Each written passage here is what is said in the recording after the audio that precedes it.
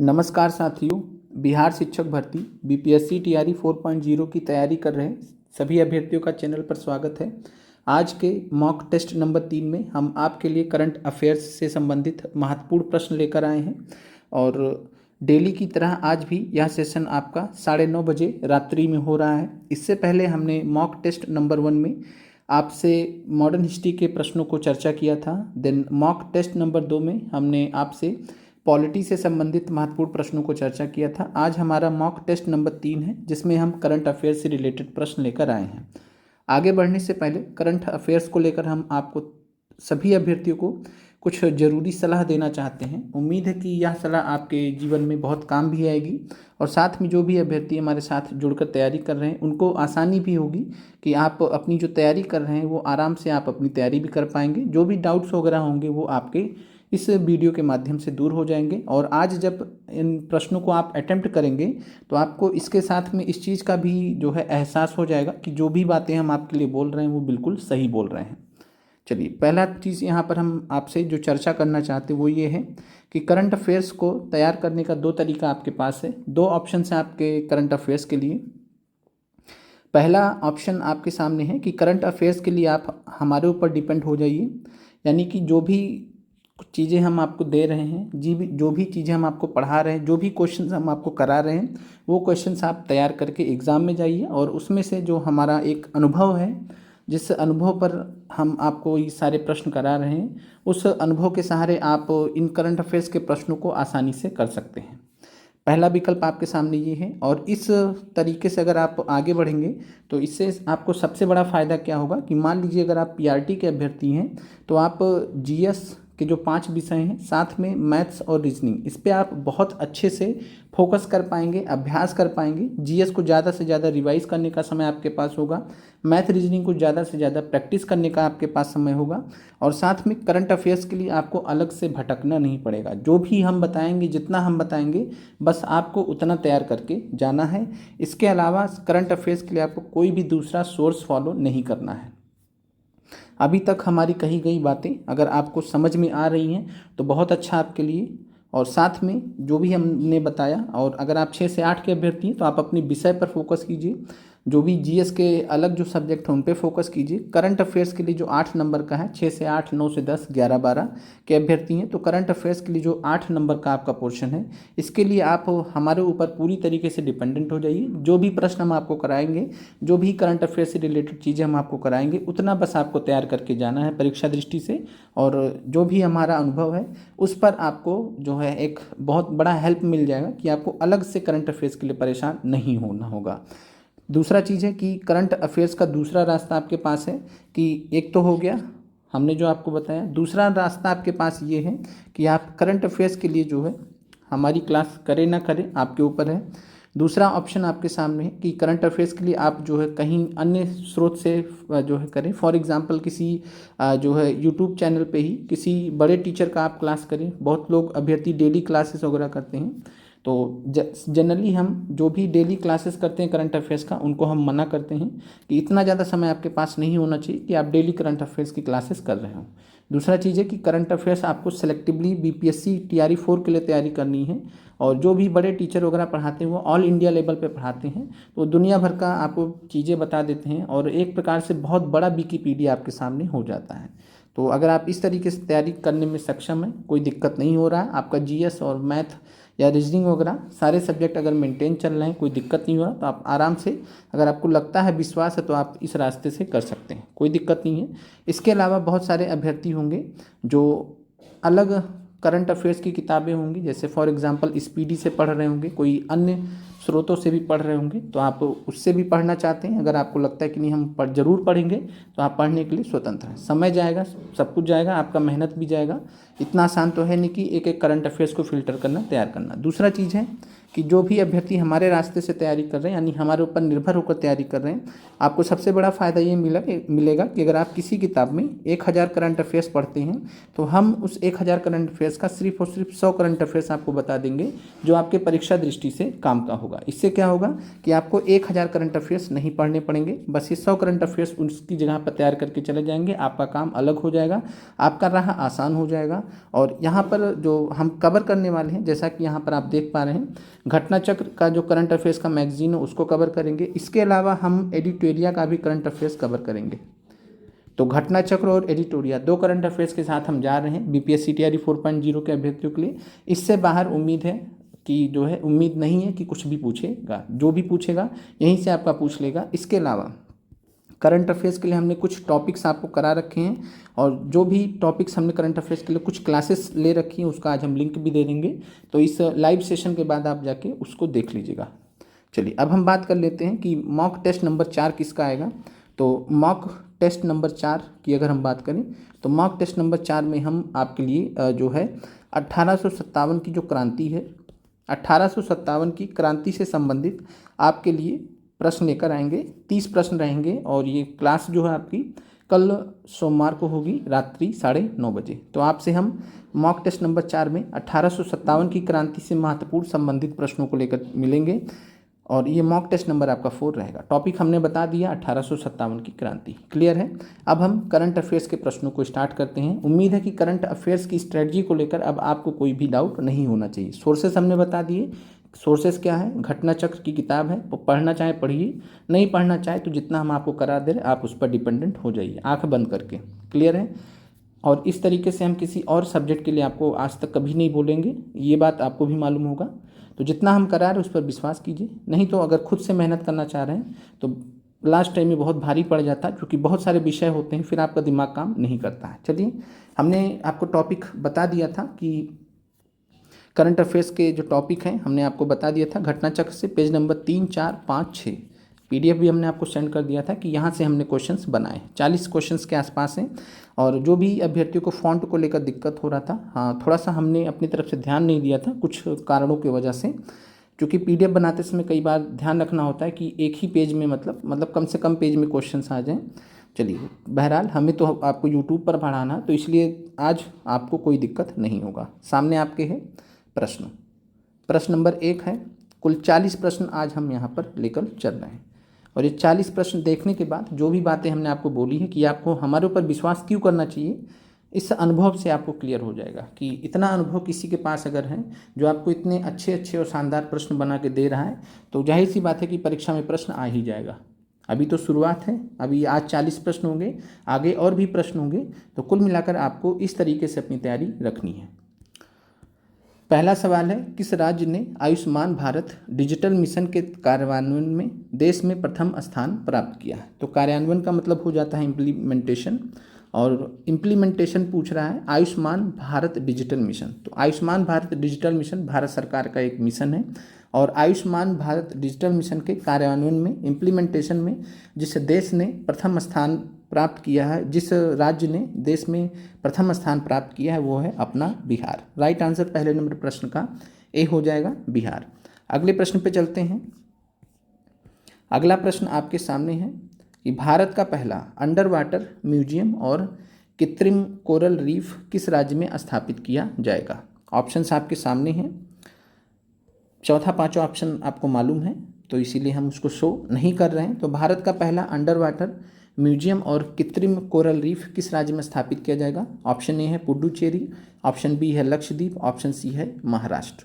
और यहाँ पर अगर हम बात करें कोरल रीफ की, तो कोरल रीफ से संबंधित आपने बहुत सारी जानकारियाँ पढ़ी होंगी। लक्षद्वीप जैसे कोरल द्वीप का एक जो है यूनियन टेरिटरी है, और कोरल द्वीप से कोरल रीफ है पूरा, यानी कोरल से बना हुआ लक्षद्वीप है, और पुडुचेरी भी यूनियन टेरिटरी है, महाराष्ट्र एक राज्य है। तो भारत का पहला अंडर वाटर म्यूजियम और कृत्रिम कोरल रीफ किस राज्य में स्थापित किया जाएगा। तो इस प्रश्न का राइट आंसर है महाराष्ट्र। और यहाँ पर हम थोड़ा आपको करंट अफेयर्स के बारे में एक सलाह और देना चाहेंगे कि आप कभी भी करंट अफेयर्स को जब तैयार करें तो रटा नहीं कीजिए। मतलब बहुत ज़्यादातर अभ्यर्थी क्या करते हैं, रट डालते हैं कि रट के चले जाएंगे, तो रटने से थोड़ा सा दिक्कत ये होता है। उसकी बजाय आप क्या करते हैं, कुछ जो है ट्रिक से, कुछ ट्रिक हों या फिर कुछ मतलब कुछ अजीब से तरीके भी हो सकते हैं। अलग अलग अभ्यर्थियों के अलग अलग तरीके होते हैं, कुछ अजीब से तरीके हो सकते हैं जिनसे आप उस करंट अफेयर्स को पार्टिकुलरली याद कर लीजिए। जैसे हम आपको इस प्रश्न में बता रहे हैं कि अंडर वाटर, एक तो अंडर वाटर मतलब पानी के नीचे, म्यूजियम और कृत्रिम कोरल रीफ, यानी म्यूजियम भी बनाना है और कृत्रिम कोरल रीफ। कृत्रिम कोरल रीफ का मतलब है कि आर्टिफिशियल कोरल रीफ, यानी कोरल रीफ्स को आर्टिफिशियली वहाँ प्लांट किया जाएगा। क्लियर है। अब बात करें इसकी, तो इसमें अच्छा खासा पैसा जाएगा, ऐसा तो है नहीं कि सस्ते में हो जाएगा। रही बात लक्षद्वीप की, पुडुचेरी की, तो ये यूनियन टेरिटरी है, इतना ज़्यादा पैसा इनके पास तो नहीं आएगा कि इतनी बड़ी व्यवस्था ये करें। दूसरा चीज़ है कि महाराष्ट्र में मुंबई जब आप देखते हैं तो मुंबई के आसपास, आज की बात हम नहीं कर रहे हैं, बहुत पहले कोरल रीफ वगैरह हुआ करते थे, मैंग्रोव्स वगैरह हुआ करते थे, लेकिन समय के साथ में कह सकते हैं कि समय के साथ में जैसे जैसे डेवलपमेंट होता गया वैसे वैसे इसका दोहन होता चला गया और समय के साथ में ख़त्म होते चले गए। तो आप इस तरीके से तैयार कर सकते हैं, याद कर सकते हैं कि महाराष्ट्र में चूँकि जो है समुद्री तट वाले एरिया में मुंबई वगैरह हो गया, ये सब हो गया, एक हम याद करने का तरीका बता रहे हैं, वहाँ पर नुकसान ज़्यादा हुआ तो इसलिए उसकी भरपाई के लिए जो है यहाँ पर अंडर वाटर म्यूजियम और कृत्रिम कोरल रीफ स्थापित किया जा रहा है। तो राइट आंसर यहाँ पर दूसरे का सी है। जो अभी हमने आपसे चर्चा किया ये याद करने का एक तरीका मात्र है, अगर आपके लिए फ़ायदेमंद है तो बहुत बेहतर है, नहीं तो रटने का आपके पास ऑप्शन है ही। क्लियर है। अगले प्रश्न पर चलते हैं। ऐसे कुछ प्रश्नों के लिए हम आपको बताएंगे आज की क्लास में। चलिए अगला प्रश्न आपके सामने है।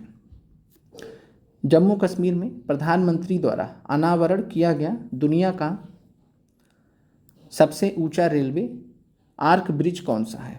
कमेंट कीजिएगा तीसरे नंबर प्रश्न का क्या राइट आंसर होगा। तो जम्मू कश्मीर में प्रधानमंत्री द्वारा अनावरण किया गया है दुनिया का सबसे ऊंचा रेलवे आर्क ब्रिज, और इसकी अगर हम ऊंचाई की बात करें तो इस दुनिया के सबसे ऊंचे रेलवे आर्क ब्रिज की जो ऊंचाई है, ये ब्रिज की जो ऊंचाई है वो ज़मीन से कितनी है? तो 359 मीटर। ये भी आपसे पूछा जा सकता है और आप सभी इस प्रश्न का उत्तर जानते होंगे जहाँ तक उम्मीद है। तो चेनाब ब्रिज, चेनाब नदी के ऊपर रेलवे द्वारा ब्रिज बनाया गया है और इस चेनाब ब्रिज की जो ऊंचाई है 359 मीटर है। आप कमेंट करके बताइएगा एफिल टावर से ये कितना ऊंचा है, एफिल टावर से ये कितना ऊंचा है।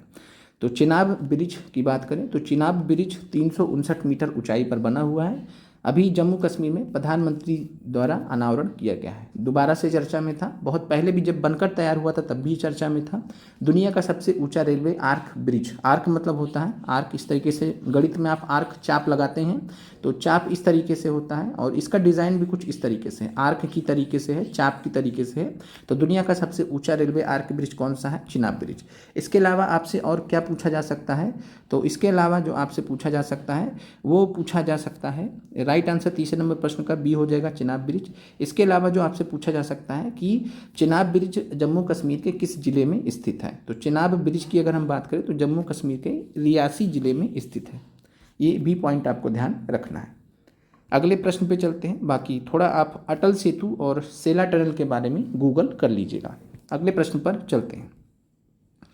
अगला प्रश्न है, पीएम मोदी ने हाल ही में भारत के पहले केबल स्टे रेल ब्रिज अंजी ब्रिज का उद्घाटन कहाँ किया था? ऑप्शन ए है हिमाचल प्रदेश, ऑप्शन बी है लद्दाख, ऑप्शन सी है उत्तराखंड। तो हम आपको एक हिंट दे रहे हैं कि भारत के पहले केबल स्टे रेल ब्रिज, जिसको अंजी ब्रिज कहते हैं, इस अंजी ब्रिज का जो उद्घाटन मोदी जी ने किया था वो इसी जो है रेलवे आर्क ब्रिज के साथ में उद्घाटन किया था। यानी पहले इसका उद्घाटन किया, देन अंजी ब्रिज का मोदी जी ने उद्घाटन किया था। अब आप समझ गए होंगे कि अंजी ब्रिज भी कहाँ पर स्थित है। तो पीएम मोदी ने जो है जम्मू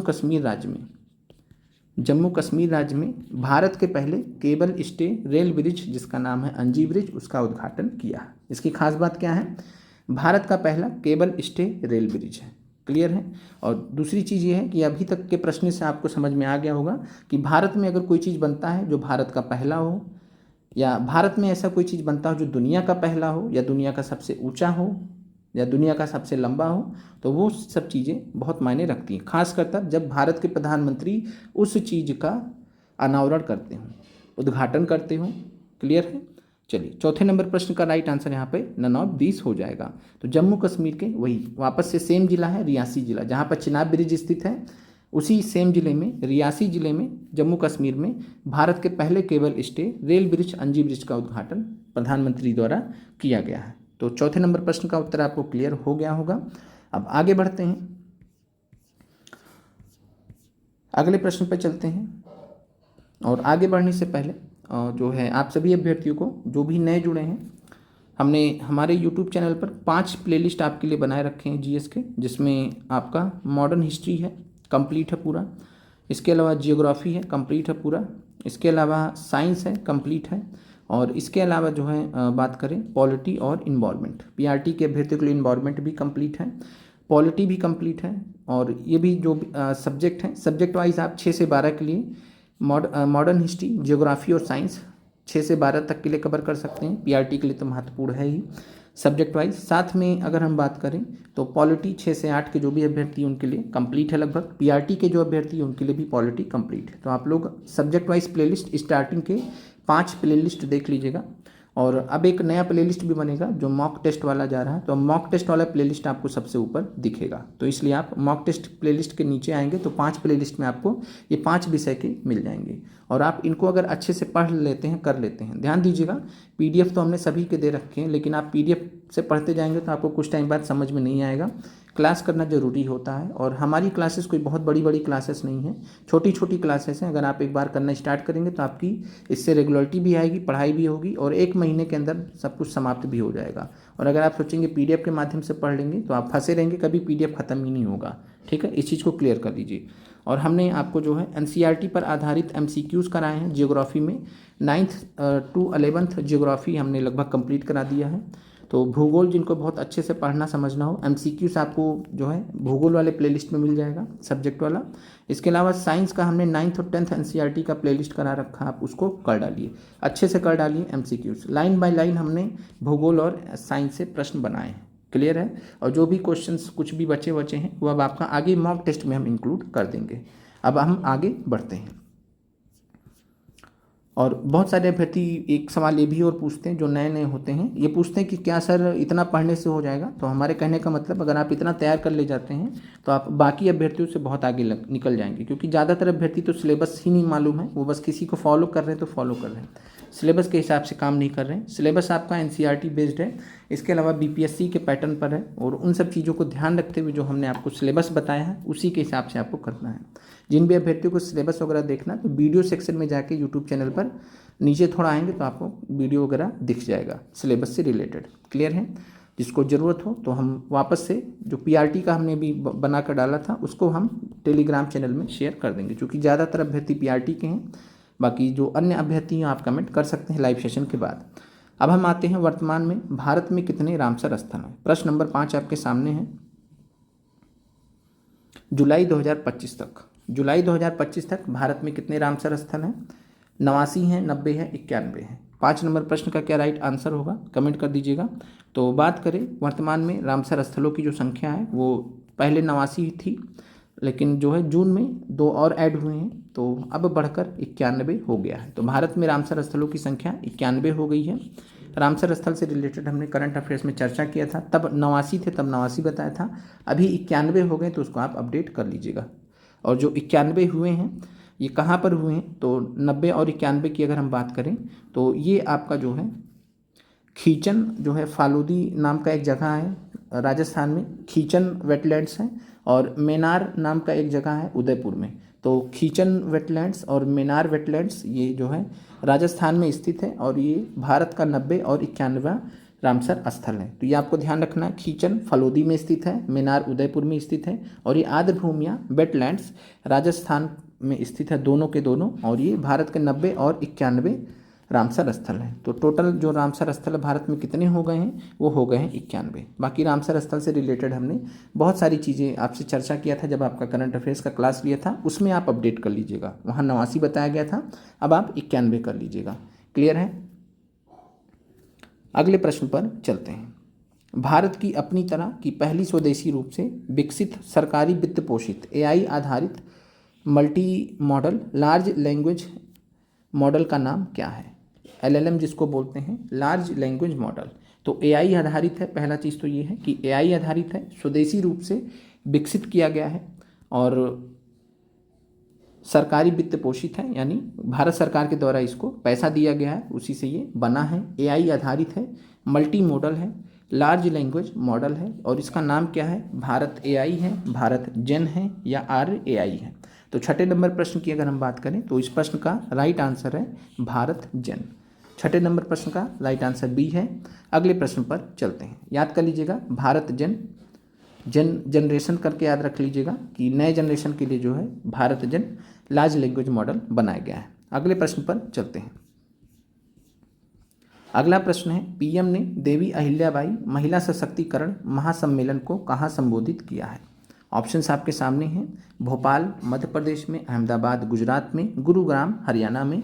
तो पीएम ने देवी अहिल्याबाई महिला सशक्तिकरण महासम्मेलन को कहाँ संबोधित किया है?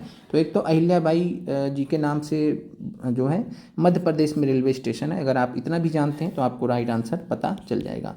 तो देवी अहिल्याबाई महिला सशक्तिकरण महासम्मेलन को प्रधानमंत्री जी ने भोपाल मध्य प्रदेश में संबोधित किया है। राइट आंसर आपका ए हो जाएगा। अगले प्रश्न पर चलते हैं। केंद्रीय औद्योगिक सुरक्षा बल CISF से माउंट एवरेस्ट तक पहुंचने वाली पहली जो है व्यक्ति कौन बनी है? तो CISF यानी सेंट्रल इंडस्ट्रियल सिक्योरिटी फोर्सेस, केंद्रीय औद्योगिक सुरक्षा बल इसका पूरा नाम है। और इससे जो है माउंट एवरेस्ट पर पहुंचने वाली पहली व्यक्ति या महिला भी आप समझ सकते हैं।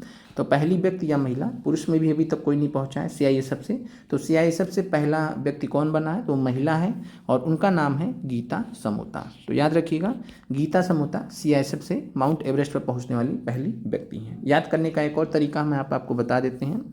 जो है गीता का उपदेश जो श्री कृष्ण भगवान ने दिया था, तो गीता जी को भी एक इनलाइटनमेंट हुआ और ये फिर जो है CISF से पहली महिला बन गई या पहली व्यक्ति बन गई और इन्होंने माउंट एवरेस्ट की इतनी कठिन चढ़ाई होती है उसको पूरा कर लिया और माउंट एवरेस्ट पर पहुंच गई। इस तरीके से आप याद करने का एक जो हमने आपसे कुछ एक वर्ड यहाँ पर प्रयोग किया था, अजीब ट्रिक्स। तो ये सब तरीके होते हैं अपने आप को करंट अफेयर्स में ढालने का। चूँकि करंट अफेयर्स से आप बहुत ज़्यादा मतलब अवेयर नहीं होते हैं। जो ऐसा तो है नहीं कि आप साल भर हर दिन सुबह उठकर शाम उठकर मतलब बस न्यूज़ चैनल देख रहे हैं या DD न्यूज़ देख रहे हैं, दूरदर्शन देख रहे हैं, न्यूज़ पे न्यूज़ सुने जा रहे हैं, ऐसा तो है नहीं। ना आप डेली अखबार पढ़ते हैं, कोई भी नहीं पढ़ सकता है। इतना ज़्यादा डिसिप्लिन में कोई नहीं रह सकता है। बहुत सारी चीज़ें दुनिया में करनी होती हैं। तो ये याद करने का हमने आपको तरीका बता दिया। गीता समोता 8वें नंबर प्रश्न का राइट आंसर है। और हो सकता है ये जो हम आपको ट्रिक्स बता रहे हैं थोड़ा किसी को अजीब भी लगे, लेकिन किसी को इतनी अच्छी लगे कि वो अडॉप्ट कर ले। और इस तरीके से आप खुद से भी बना सकते हैं। इससे आपको याद करने में, प्रश्न को एलिमिनेट करने में आसानी रहेगी। जब आपके सामने प्रश्न आएगा तो आपको याद आएगा कि सर ने बताया था कि श्री कृष्ण भगवान जी ने गीता का उपदेश दिया था और उससे जो है माउंट एवरेस्ट पे पहुँच गए। ठीक है, अगले प्रश्न पर चलते हैं। अगला प्रश्न है, हाल ही में चुनाव आयोग ने एक मतदान केंद्र पर अधिकतम मतदाताओं की संख्या 1500 से घटाकर कितना कर दिया? तो ये इंपॉर्टेंट प्रश्न है आपका। और बिहार में भी अब चुनाव होने वाले हैं। तो एक मतदान केंद्र पर अधिकतम मतदाताओं की संख्या 1500 हुआ करती थी, लेकिन अब चुनाव आयोग ने उसको घटाकर कितना कर दिया है? तो 1300 है, 1400 है या 1200 है? क्योंकि चुनाव आयोग से रिलेटेड प्रश्न आपसे पूछे जाते हैं। तो राइट आंसर आपका है 1200। तो याद रखिएगा 1200 इस प्रश्न का राइट आंसर है। इसके अलावा आपको हम बता दें तो हम करंट अफेयर से रिलेटेड, बिहार स्पेशल से रिलेटेड कुछ पोस्ट वगैरह भी हम आपको हमारे टेलीग्राम चैनल में करते हैं। और इस टेलीग्राम चैनल में आप उन्हें अनदेखा मत किया करिए। जो भी चीज़ें हम भेजते हैं उनको साथ में रखा कीजिए, नोट किया कर लीजिए, वो आपके लिए इम्पोर्टेंट रहता है। जैसे अभी हमने जो है कल शायद आपसे शेयर किया था टेलीग्राम चैनल में कि बिहार में चुनाव के लिए जो है किसको आइकन घोषित किया गया है, ये आप कमेंट कर दीजिएगा अगर आपको याद है। हमने आपको हमारे टेलीग्राम चैनल में डिस्कस भी किया। तो बिहार में होने वाले चुनाव के लिए आइकन किसको, चुनाव आइकन किसे घोषित किया गया है, कमेंट कर दीजिएगा। चलिए, अधिकतम मतदान के पर जो है लोगों की संख्या कितनी कर दी गई है? 1200 कर दी गई। पहले 1500 था, 300 कम कर दिया गया। अब 1200 लोग ही एक मतदान केंद्र पर वोट दे पाएंगे। अगले प्रश्न पर चलते हैं। पूर्ण कार्यात्मक साक्षर घोषित किया जाने वाला पहला भारतीय राज्य कौन सा है? मई 2025 की घटना है। और उल्लास नाम का एक कार्यक्रम है जो भारत सरकार चला रही है। 2022 से कार्यक्रम चलाया जा रहा है और इस कार्यक्रम का लक्ष्य है कि जो है कार्यात्मक रूप से साक्षर किया जाए राज्यों को। और इस क्रम में अगर हम बात करें तो 10वें नंबर की पूर्ण कार्यात्मक साक्षर घोषित किए जाने वाला पहला भारतीय राज्य कौन सा बना है? और पूर्ण कार्यात्मक साक्षर घोषित किए जाने के लिए जो कंडीशन है वो ये है कि 95% से ज़्यादा साक्षरता दर किसी राज्य की होनी चाहिए। तो अगर किसी राज्य की साक्षरता दर 95% से ज़्यादा है, ओवरऑल जो साक्षरता दर होती है, लिटरेसी रेट होता है, अगर वो 95% से ज़्यादा है तो उस राज्य को पूर्ण कार्यात्मक साक्षर घोषित किया जा सकता है। कार्यात्मक यहाँ पर देख लीजिए फंक्शनल होता है, मतलब काम चलाने के लिए आप समझ सकते हैं। असल में नहीं होगा 100%, लेकिन 95% से अगर ज़्यादा भी होगा तो पूर्ण कार्यात्मक साक्षर घोषित कर दिया जाए। 96 हो, 97, 98 हो, 99 हो, इस तरीके से। तो पूर्ण कार्यात्मक साक्षर घोषित किया जाने वाला भारत का पहला राज्य कौन सा बना है? तो भारत का पहला राज्य बना है मिजोरम, याद रखिएगा। भारत का दूसरा राज्य बना है गोवा, भारत का तीसरा राज्य बना है त्रिपुरा। तो मिजोरम पहला, गोवा दूसरा, त्रिपुरा तीसरा, इस तरीके से आप याद कर लीजिएगा। तो पूर्ण कार्यात्मक साक्षर घोषित किया गया है। पहला भारतीय राज्य मिजोरम, राइट आंसर है। गोवा दूसरे नंबर पर है, त्रिपुरा तीसरे नंबर पर। तो ये राज्य हो गए। इसके अलावा पूर्ण कार्यात्मक साक्षर घोषित किया जाने वाला भारत का पहला केंद्र शासित प्रदेश कौन सा है? तो ये भी आपको ध्यान रखना चाहिए। पहला केंद्र शासित प्रदेश जो पूर्ण रूप से साक्षर घोषित किया गया है, कार्यात्मक साक्षर घोषित किया गया है, उसका नाम है लद्दाख। तो ये आप ध्यान रखिएगा। और लद्दाख को जून 2024 में ही कर दिया गया था, 1 साल पहले ही कर दिया गया था। क्लियर है? तो जब अगर आपसे केंद्र शासित प्रदेश पूछेगा और एक कार्यात्मक वर्ड याद रखिएगा, नहीं प्रश्न आपका गलत हो जाएगा। अगर आपसे कार्यात्मक वर्ड दिया गया है, पूर्ण कार्यात्मक साक्षर पूछा जा रहा है, तभी आपको इस प्रश्न के बारे में सोचना रहेगा परीक्षा में। ठीक है, अब हम आगे चलते हैं। लद्दाख जून 2024 में भारत की पहली पूर्ण साक्षर प्रशासनिक इकाई, केंद्र शासित प्रदेश, यूनियन टेरिटरी बन चुका है। पूर्ण कार्यात्मक साक्षर होने के लिए 95% से अधिक साक्षरता दर, लिटरेसी रेट होना चाहिए। अब यहाँ पर आपको केरल के बारे में याद आएगा कि सर केरल भी तो है। तो केरल के बारे में क्या है? केरल पहला 100% साक्षर राज्य है। 100% का मतलब 100% लिटरेसी रेट है वहाँ। और पूर्ण कार्यात्मक साक्षर होने के लिए कितना मांगता है? 95% ही मांगता है। तो केरल इस लिस्ट में नहीं है, इसीलिए नहीं क्योंकि केरल तो ऑलरेडी 100% है। जब केरल ऑलरेडी भारत का पहला 100% साक्षर राज्य है तो कार्यात्मक क्यों होगा? कार्यात्मक होने के लिए 95% से ऊपर चाहिए, यानी 95 हो, 96 हो, 97, 98, 99। अगर 100 हो जाएगा कोई तो उसको 100% साक्षर राज्य घोषित कर दिया जाएगा, ये कहने का मतलब है। और इस लिस्ट में आपको केरल क्यों नहीं मिला, इसका कारण भी हमने आपको समझा दिया, क्योंकि केरल पहला 100% साक्षर राज्य है। अगले प्रश्न पर चलते हैं। मार्च 2025 में जारी भारत में नदी डॉल्फिन की जनगणना के अनुसार किस राज्य में सर्वाधिक नदी डॉल्फिन पाई गई है? बहुत महत्वपूर्ण है आपके लिए। और बात करें इसका हम, तो प्रधानमंत्री जी ने इसको जारी किया है मार्च 2025 में, इसलिए महत्वपूर्ण हो जाता है। तो भारत में नदी डॉल्फिन की जनगणना के अनुसार किस राज्य में सर्वाधिक नदी डॉल्फिन पाई गई हैं? तो वह राज्य है उत्तर प्रदेश। राइट आंसर आपका हो जाएगा उत्तर प्रदेश। इसके अलावा बिहार दूसरे नंबर पर है, जहाँ पर जो है नदी डॉल्फिन यानी कि रिवर डॉल्फिन की संख्या दूसरे नंबर पर सबसे ज़्यादा है पूरे भारत में। तीसरे नंबर पर है पश्चिम बंगाल, चौथे नंबर पर असम है। अगर आप याद रखना चाहें तो चौथे नंबर पर असम है। तो पहले नंबर पर उत्तर प्रदेश, दूसरे नंबर पर बिहार, तीसरे नंबर पर पश्चिम बंगाल और चौथे नंबर पर असम है।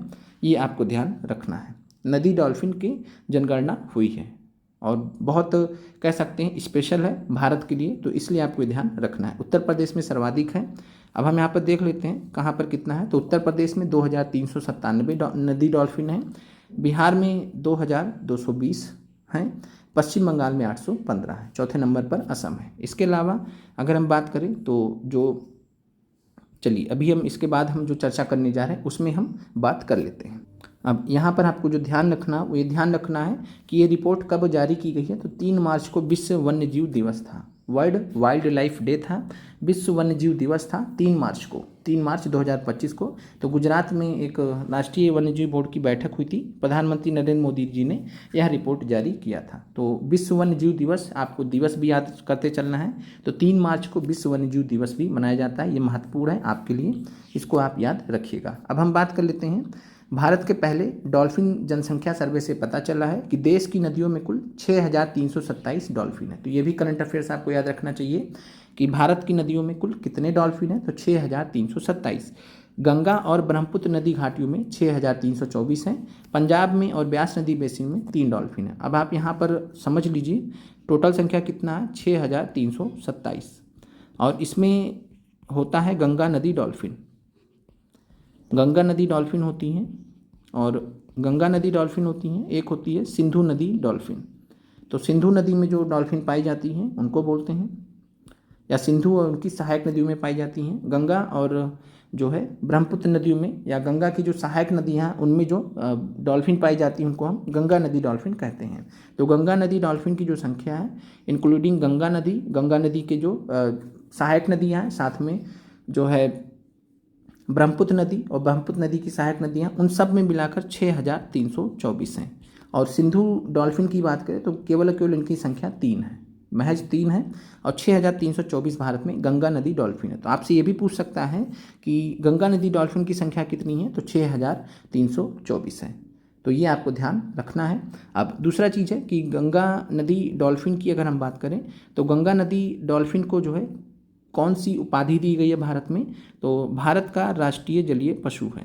भारत का राष्ट्रीय जलीय पशु है, national aquatic animal of India है। तो राष्ट्रीय जलीय पशु है, national aquatic animal of India है। तो जलीय राष्ट्रीय पशु का दर्जा किसे दिया गया है, गंगा डॉल्फिन को, या गांगेय डॉल्फिन भी बोला जाता है, जैसे भी आप याद करिए, गांगेय डॉल्फिन या गंगा डॉल्फिन को। तो भारत का राष्ट्रीय जलीय पशु भी है गंगा डॉल्फिन, ये भी आपको स्टैटिक जीके में मालूम होना चाहिए। अगले प्रश्न पर चलते हैं। अगला प्रश्न आपके सामने है 12 नंबर।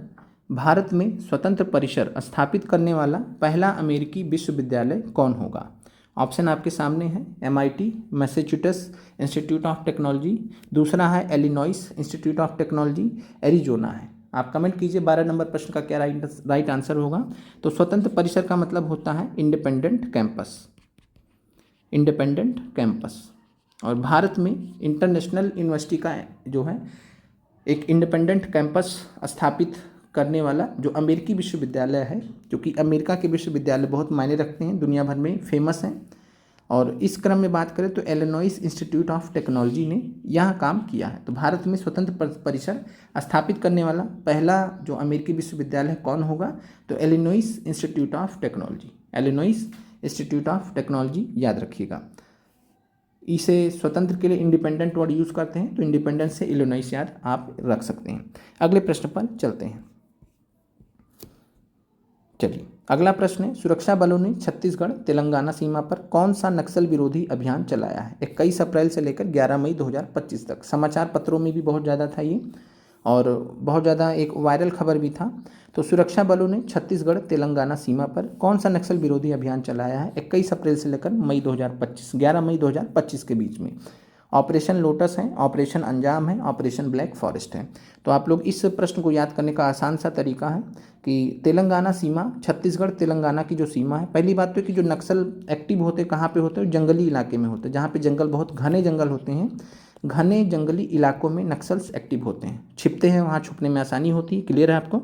तो घने जंगली इलाकों में अगर जाना होगा तो हमें जो है उसके लिए कौन सा ऑपरेशन बनाना होगा, ऑपरेशन ब्लैक फॉरेस्ट। क्योंकि घने वर्ड के लिए ब्लैक वर्ड यूज़ कर सकते हैं आप, जो है एक मेटाफर के रूप में यूज़ कर सकते हैं उपमा देने के लिए। तो ऑपरेशन ब्लैक फॉरेस्ट, फॉरेस्ट मतलब जानते हैं जंगल होता है, तो ब्लैक क्यों कहा जा रहा है, क्योंकि घने जंगली इलाके होते हैं जहाँ पर नक्सल छिपे होते हैं। तो ऑपरेशन ब्लैक फॉरेस्ट, अभी आपको याद रहेगा, ऑपरेशन ब्लैक फॉरेस्ट जो है सुरक्षा बलों ने छत्तीसगढ़ और तेलंगाना सीमा पर नक्सल विरोधी ऑपरेशन किया था, जिसका नाम है operation black forest. Operation lotus जिसे कहा जाता है, तो ये थोड़ा राजनीतिक हो जाता है, लेकिन वैसे आप जानिए कि ऑपरेशन लोटस विपक्ष के द्वारा ये क्वाइन किया गया है, जो विपक्ष है भारत का और कांग्रेस के नेतृत्व में।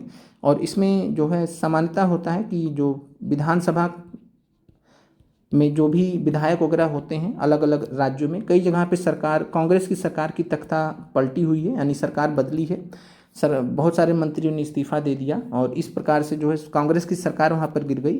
तो उसमें कांग्रेस ने आरोप लगाया था कि ऑपरेशन लोटस, लोटस चिन्ह है भारतीय राष्ट्रीय जनता पार्टी का, आप सभी जानते हैं। तो उस क्रम में जो है ऑपरेशन लगाया कि ऑपरेशन लोटस के तहत जो है उन विधायकों को खरीद लिया गया वगैरह वगैरह। हॉर्स ट्रेडिंग वर्ड का प्रयोग किया जाता है, विधायकों को जो खरीदा जाता है उसके लिए हॉर्स ट्रेडिंग शब्द का प्रयोग किया जाता है। तो हॉर्स ट्रेडिंग की गई, खरीद लिया गया पैसे देकर वगैरह वगैरह, और इस पूरे ऑपरेशन को लोटस बोला जाता है। तो ये आपको क्लियर हो गया होगा। ऑपरेशन ब्लैक फॉरेस्ट याद करने का तरीका हमने आपको बता दिया है, याद रखिएगा। 13 नंबर प्रश्न से आगे बढ़ते हैं। अगला प्रश्न है, बिहार सरकार ने गया शहर का नाम बदलकर क्या करने का निर्णय लिया है। ऑप्शंस आपके सामने हैं। गया श्री, ऑप्शन आपके सामने है बोध गया, ऑप्शन सी है आपके सामने गया जी। तो पहला चीज़ तो यहाँ पर आप लोग देखेंगे तो बोध गया के नाम से तो एक अलग शहर है ही, तो इसमें बोध गया तो 2 बार हो नहीं सकता, तो आप इसको एलिमिनेट कर दीजिए। अब गया श्री और गया जी में क्या लगाइएगा, तो यहाँ आपको कन्फ्यूजन हो सकता है।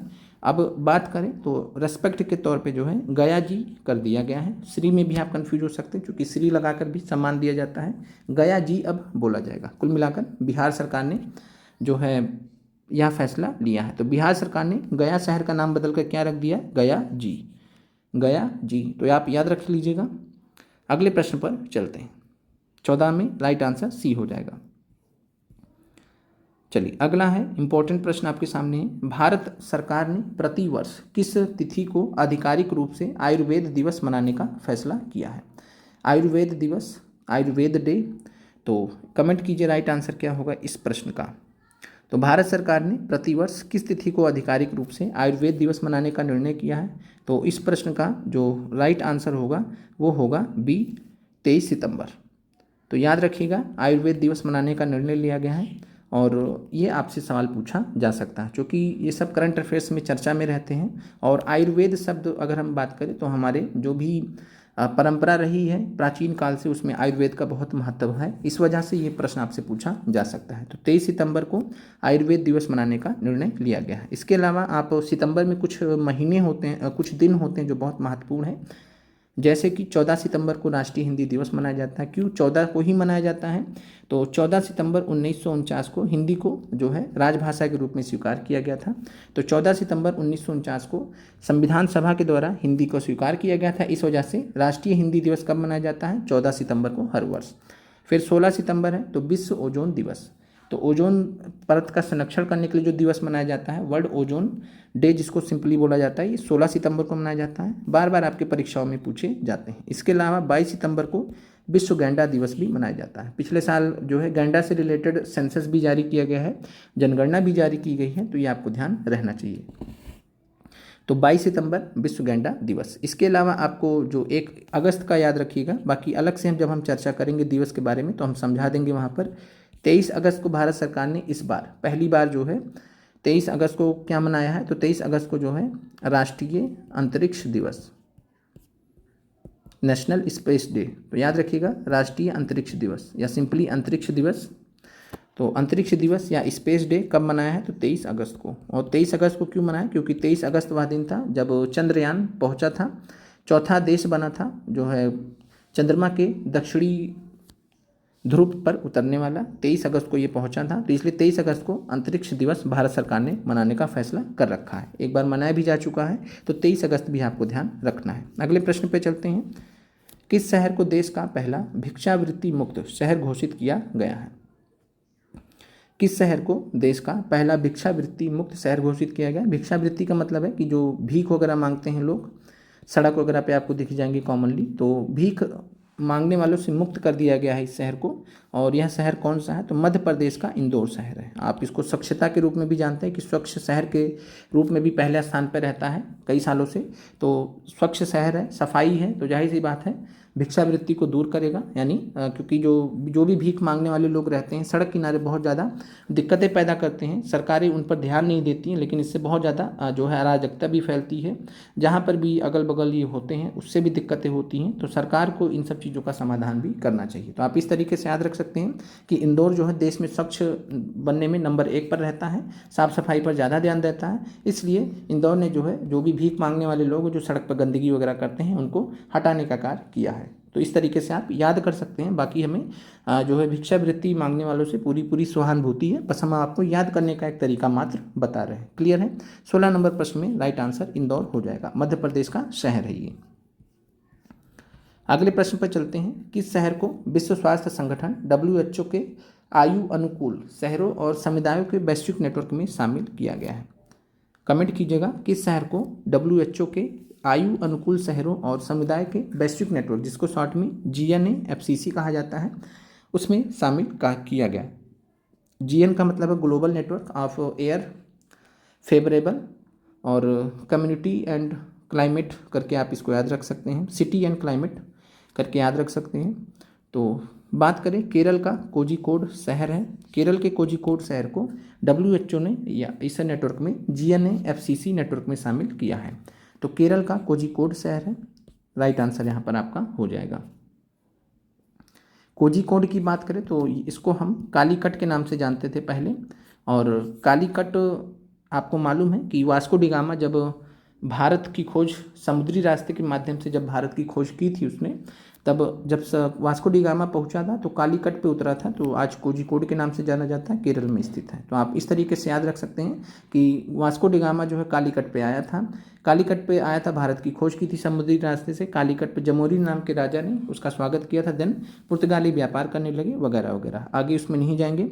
और उस तरीके से आप याद रख सकते हैं कि कालीकट कोझिकोड एक ही है, इसलिए जो है WHO ने इसको आयु अनुकूल शहरों और समुदाय के बेसिक नेटवर्क में शामिल किया है। अगले प्रश्न पर चलते हैं। अगला प्रश्न है, नवीनतम गणना के अनुसार भारत की तट रेखा की कुल लंबाई कितनी है। ये प्रश्न हमने आपको जो है ये पूरा डिटेल में हमने आपको करंट अफेयर्स में चर्चा कर रखा है, जो करंट अफेयर्स की हमने क्लास ली थी उसका हम आपको प्लेलिस्ट सेंड कर देंगे टेलीग्राम चैनल में, तो जो भी अभ्यर्थियों ने नहीं देखा है आप उसे एक बार देख लीजिएगा। कुछ महीनों का करंट अफेयर्स उसमें हमने करा रखा है, समय था उस समय, अभी समय इतना है नहीं, अभी समय है आपको प्रश्न कराने का, तो प्रश्नों के माध्यम से हम आपको तैयार कर रहे हैं। नवीनतम गणना के अनुसार भारत की तट रेखा की कुल लंबाई कितनी है। अब आपने NCERT में पढ़ा है 7516.6, ऐसे लगभग पढ़ा होगा। अब यहाँ पर आप सभी अभ्यर्थियों को बता दें कि आपसे जब प्रश्न पूछा जाएगा, अगर करंट अफेयर्स का सवाल पूछा जाएगा तो ये शब्द लिखा रहेगा, नवीनतम गणना के अनुसार भारत की तट रेखा की कुल लंबाई बढ़कर कितनी हो गई। कुछ इस तरीके से प्रश्न पूछा जाएगा तो ये विकल्प आपको दिया जाएगा। अगर सामान्यतः मान लीजिए पूछा कि भारत का जो है तट रेखा की कुल लंबाई कितनी है, तब आपको ये विकल्प मानना है। क्लियर है, यहाँ पे आपको डाउट नहीं होना चाहिए। ऐसा नहीं कि NCERT भी उस डाटा को तुरंत बदल देगा, ये हो सकता नहीं भी बदले, क्योंकि 7516.6 जो है ये अभी तक एक्सेप्टेड है, ये भी एक्सेप्टेड है, ये भी एक्सेप्टेड है। और क्यों एक्सेप्टेड है, क्योंकि जो नवीनतम गणना हुई है इसमें तरीका बदल दिया गया है। जिन भी तरीकों से लंबाई जांची जाती है उन तरीकों को बदल दिया गया है। जब आप तरीके बदल देंगे तो जाहिर सी बात है कुछ कम ज़्यादा होगा, इस केस में बढ़ गया है। जो भी तरीके अपनाए गए हैं उससे लंबाई बहुत बढ़ गई है, और इसलिए जब आपका NCERT से पूछेगा तो आपको इस वाले पे जाना है, वो विकल्प के हिसाब से आपको समझ में आ जाएगा। करंट अफेयर्स के संबंध में अगर पूछेगा तो वहाँ पर मेंशन किया जाएगा। उस केस में आपको क्या आंसर मानना है, B 11,098.81 किलोमीटर। तो नवीनतम गणना के अनुसार भारत की तट रेखा की कुल लंबाई कितनी हो गई है, 11,098.81 किलोमीटर। ये आपको ध्यान रखना है। सर्वाधिक लंबी तट रेखा वाला राज्य कौन सा है, तो गुजरात पहले भी था, गुजरात अभी भी है, और 2340.62 किलोमीटर, ये भी आपको याद रहना चाहिए। सर्वाधिक लंबी तट रेखा वाला केंद्र शासित प्रदेश कौन सा है, तो अंडमान निकोबार पहले भी था अभी भी है, 3083.5 किलोमीटर। अब यहाँ पर आप लोगों को मालूम होना चाहिए कि जब 7516 था तब भी गुजरात की बात करें तो जो है 1240 के आसपास था शायद, जहाँ तक हमें ध्यान है 1240 किलोमीटर था, आप लोग एक बार देख लीजिएगा। और अंडमान निकोबार की बात करें तो 1962 के आसपास था, इसकी जो लंबाई थी ये लगभग इतना था। चूँकि यूनियन टेरिटरी में जब हम जनरली पढ़ते हैं तो राज्यों को पढ़ते हैं, मुख्य भूमि के हिसाब से पढ़ते हैं, तो सर्वाधिक लंबी तट रेखा वाला अगर आपसे गुजरात के संबंध में पूछेगा तब आपको अंडमान निकोबार विकल्प में नहीं देगा। क्लियर है, और जब आपसे अंडमान निकोबार आंसर मांगना चाह रहा होगा तब आपको अंडमान निकोबार विकल्प में देगा, और वहाँ मेंशन होगा, UT मेंशन होगा। तो आपको ध्यान रखना है, सर्वाधिक लंबी तट रेखा वाला राज्य पूछेगा तो गुजरात हो जाएगा, और UT जब मेंशन होगा तो अंडमान निकोबार। बाकी डिटेल में हमने आपसे करंट अफेयर्स में चर्चा किया था, वहाँ से एक बार आप लोग देख लीजिएगा। अगला शहर है, किस राज्य ने भारत का पहला ट्रांस मीडिया मनोरंजन शहर क्रिएटर लैंड स्थापित करने की घोषणा की है। ऑप्शंस आपके सामने हैं, तमिलनाडु है, केरल है या कर्नाटक है। तो किस राज्य ने भारत का पहला ट्रांस मीडिया मनोरंजन शहर क्रिएटर लैंड स्थापित करने की घोषणा की है, और इस मनोरंजन शहर का जो नाम रखा गया क्रिएटर लैंड, भारत का पहला है ट्रांस मीडिया मनोरंजन शहर। और इसको स्थापित करने की अगर हम बात करें तो इसको स्थापित करने की जो बात की गई है वो आंध्र प्रदेश के द्वारा की गई है, तो इसलिए इस प्रश्न का right answer none of this हो जाएगा। तो आंध्र प्रदेश की सरकार ने घोषणा किया है, तो राइट आंसर आपका 19 नंबर प्रश्न का ई हो जाएगा। आंध्र प्रदेश सरकार द्वारा यह घोषणा की गई है। तो भारत का पहला ट्रांस मीडिया मनोरंजन शहर क्रिएटर लैंड के नाम से आंध्र प्रदेश राज्य स्थापित करने जा रहा है। क्लियर है, आप याद करने का तरीका आप ऐसे याद रख सकते हैं कि भारत का पहला ट्रांस मीडिया मनोरंजन शहर किसके द्वारा बनाया जा रहा है, भारत का पहला जो भाषा के आधार पर जो भारत का पहला राज्य बना था, याद आया आपको, 1953 में आंध्र प्रदेश। तो इस तरीके से आप याद रख सकते हैं, आंध्र राज्य बना था 1953 में, तो आप इस तरीके से लिंक कर सकते हैं। तो भारत का पहला ट्रांस मीडिया मनोरंजन शहर किसके द्वारा बनाया जा रहा है? भारत के पहले भाषाई आधार पर बने राज्य आंध्र के द्वारा बनाया जा रहा है। चलिए आगे चलते हैं। आंध्र प्रदेश राइट आंसर है। भारत का पहला मोदी मेमेंटो म्यूजियम कहाँ स्थापित किया गया है? चलिए बिहार स्पेशल सवाल भी देख लीजिए। तो भारत का पहला मोदी मेमेंटो म्यूजियम कहाँ स्थापित किया गया है? ऑप्शन ए है मोतिहारी, ऑप्शन बी है नालंदा, ऑप्शन सी है छपरा। तो मोदी मेमेंटो म्यूजियम, थोड़ा सा इसको गूगल कर लीजिएगा, अभी हमने भी इसको नहीं देखा है। और कई बार करंट अफेयर्स आपको क्या करना चाहिए, यूट्यूब वगैरह पे चेक कर लेना चाहिए, तो उससे आपको जब आप आंखों से कोई चीज़ देख लेते हैं तो आपको याद हो जाता है। ठीक है, अब मोदी मोमेंटम म्यूजियम एग्जैक्टली है क्या, ये हमें भी देखना पड़ेगा। बाकी जहाँ तक लग रहा है ये बापू से रिलेटेड हो सकता है, महात्मा गांधी जी से रिलेटेड हो सकता है, आज़ादी से रिलेटेड वहाँ पे कुछ चीज़ें हों। म्यूजियम है चूँकि, अब मोदी मोमेंटम म्यूजियम इसका नाम भी रख दिया गया है, प्रधानमंत्री जी के नाम पे लग रहा है। तो ये आपका जो है बापू से अगर रिलेटेड होगा तो राइट आंसर आपका वैसे मोतिहारी है। बाकी एक बार इसको आप देख लीजिएगा। तो माँ से मोदी, माँ से मोतिहारी, माँ से मिमिंटो, माँ से मोतिहारी, माँ से म्यूजियम, माँ से मोतिहारी। अब इससे ज़्यादा हम आपको अल्फ़ाबेट राइम नहीं करा सकते हैं। तो मोतिहारी, माँ, मामा, मोतिहारी। ठीक है, इस तरीके से आप याद रख सकते हैं। अगले प्रश्न पर चलते हैं। भारत का पहला क्वांटम कंप्यूटिंग विलेज कहाँ स्थापित किया जा रहा है? तो भारत का पहला क्वांटम कंप्यूटिंग विलेज, और ये बहुत अच्छा सवाल है, भारत का पहला क्वांटम कंप्यूटिंग विलेज भी है। और क्वांटम कंप्यूटिंग विलेज की बात करें तो ये जो है अमरावती आंध्र प्रदेश में स्थापित किया जा रहा है, बनाया जा रहा है।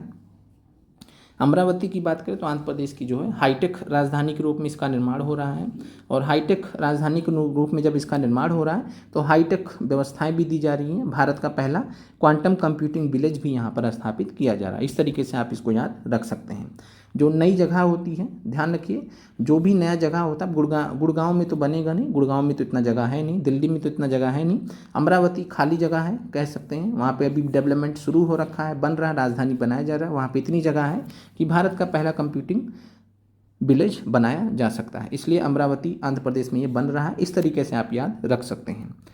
21 में बी है। अगले प्रश्न पर चलते हैं। भारत का पहला समर्पित कंटेनर ट्रांसशिपमेंट बंदरगाह कौन सा है? तो भारत का पहला समर्पित कंटेनर ट्रांसशिपमेंट बंदरगाह आपसे पूछा जा रहा है, यानी विदेश वगैरह में जो भी शिपमेंट भेजा जाता है ट्रांसशिपमेंट, उसके बारे में बात किया जा रहा है कि विदेश में भेजने के लिए पूर्णतया समर्पित कर दिया गया है। तो बात करें जो है पूर्णतया विदेश भेजने के लिए समर्पित जो भारत का बंदरगाह है, वो अभी हाल में ही भारत का जो पहला बना है वो बिजिंगम इंटरनेशनल पोर्ट है। तो बिजिंगम अंतर्राष्ट्रीय बंदरगाह जो कि केरल में स्थित है, इसको भारत का पहला समर्पित कंटेनर ट्रांसशिपमेंट बंदरगाह बनाया गया है। दूसरा चीज़ है कि जो भी फेमस होते हैं, जो पहले से बने हैं, उनका संभावना बहुत कम होता है कि उनको बनाया जाएगा, क्योंकि विशाखापट्टनम ऑलरेडी बना हुआ है, तो उसको अब दोबारा जो है भारत का पहला समर्पित नहीं बना जा सकता। कांडला पोर्ट बहुत पहले से डेवलप किया गया है, अब उसको भारत का पहला नहीं बना, नया ही कोई बनाया जाएगा। तो इस तरीके से आप एलिमिनेट कर सकते थे। तो बिजिंगम पोर्ट केरल यहाँ पे आपका राइट आंसर हो जाएगा। आगे बढ़ते हैं। अगला प्रश्न है, अप्रैल 2025 में 23वें विधि आयोग का अध्यक्ष किसे नियुक्त किया गया है? तो विधि आयोग की स्थापना की मंजूरी जो है कह सकते हैं राष्ट्रपति, भारत के राष्ट्रपति द्वारा की गई थी कुछ समय पहले। और विधि आयोग जब बनता है तो विधि आयोग के अध्यक्ष होते हैं, सदस्य होते हैं। अब विधि आयोग के जो अध्यक्ष हैं, लॉ कमीशन जिसको बोला जाता है, अब विधि आयोग को जो है अध्यक्ष मिल चुका है। और ये कुल मिला के कौन सा आयोग है? 23वां विधि आयोग है, 23rd लॉ कमीशन है। अब भारत में जो भी रिलेटेड चीज़ें हैं लॉ एंड गवर्नेंस से, उससे रिलेटेड ये रिपोर्ट बनाएगा, अध्ययन करेगा, स्टडी करेगा, सर्वे वगैरह करेगा, फिर उस पर एक रिपोर्ट तैयार करेगा, फिर भारत सरकार को सौंपेगा, राष्ट्रपति को सौंपेगा, फिर उस पर भारत सरकार कुछ विचार करेगी। इस तरीके से एक सामान्य प्रक्रिया विधि आयोग के मामले में चलती है। तो अप्रैल 2025 में 23वें विधि आयोग का अध्यक्ष जिससे नियुक्त किया गया है वो हैं जो है मोटिवेशनल स्पीकर संदीप माहेश्वरी जी के रिश्तेदार न्यायमूर्ति दिनेश माहेश्वरी। ये याद करने का हमने ट्रिक बताया, बाकी रिश्तेदारी कोई नहीं है, बस हमने याद करने का आपको ट्रिक बनाया। लॉ कमीशन है, विधि आयोग है, संदीप माहेश्वरी जी को आप जानते होंगे, और न्यायमूर्ति दिनेश माहेश्वरी, यहाँ पे बड़ा माँ कर लीजिएगा।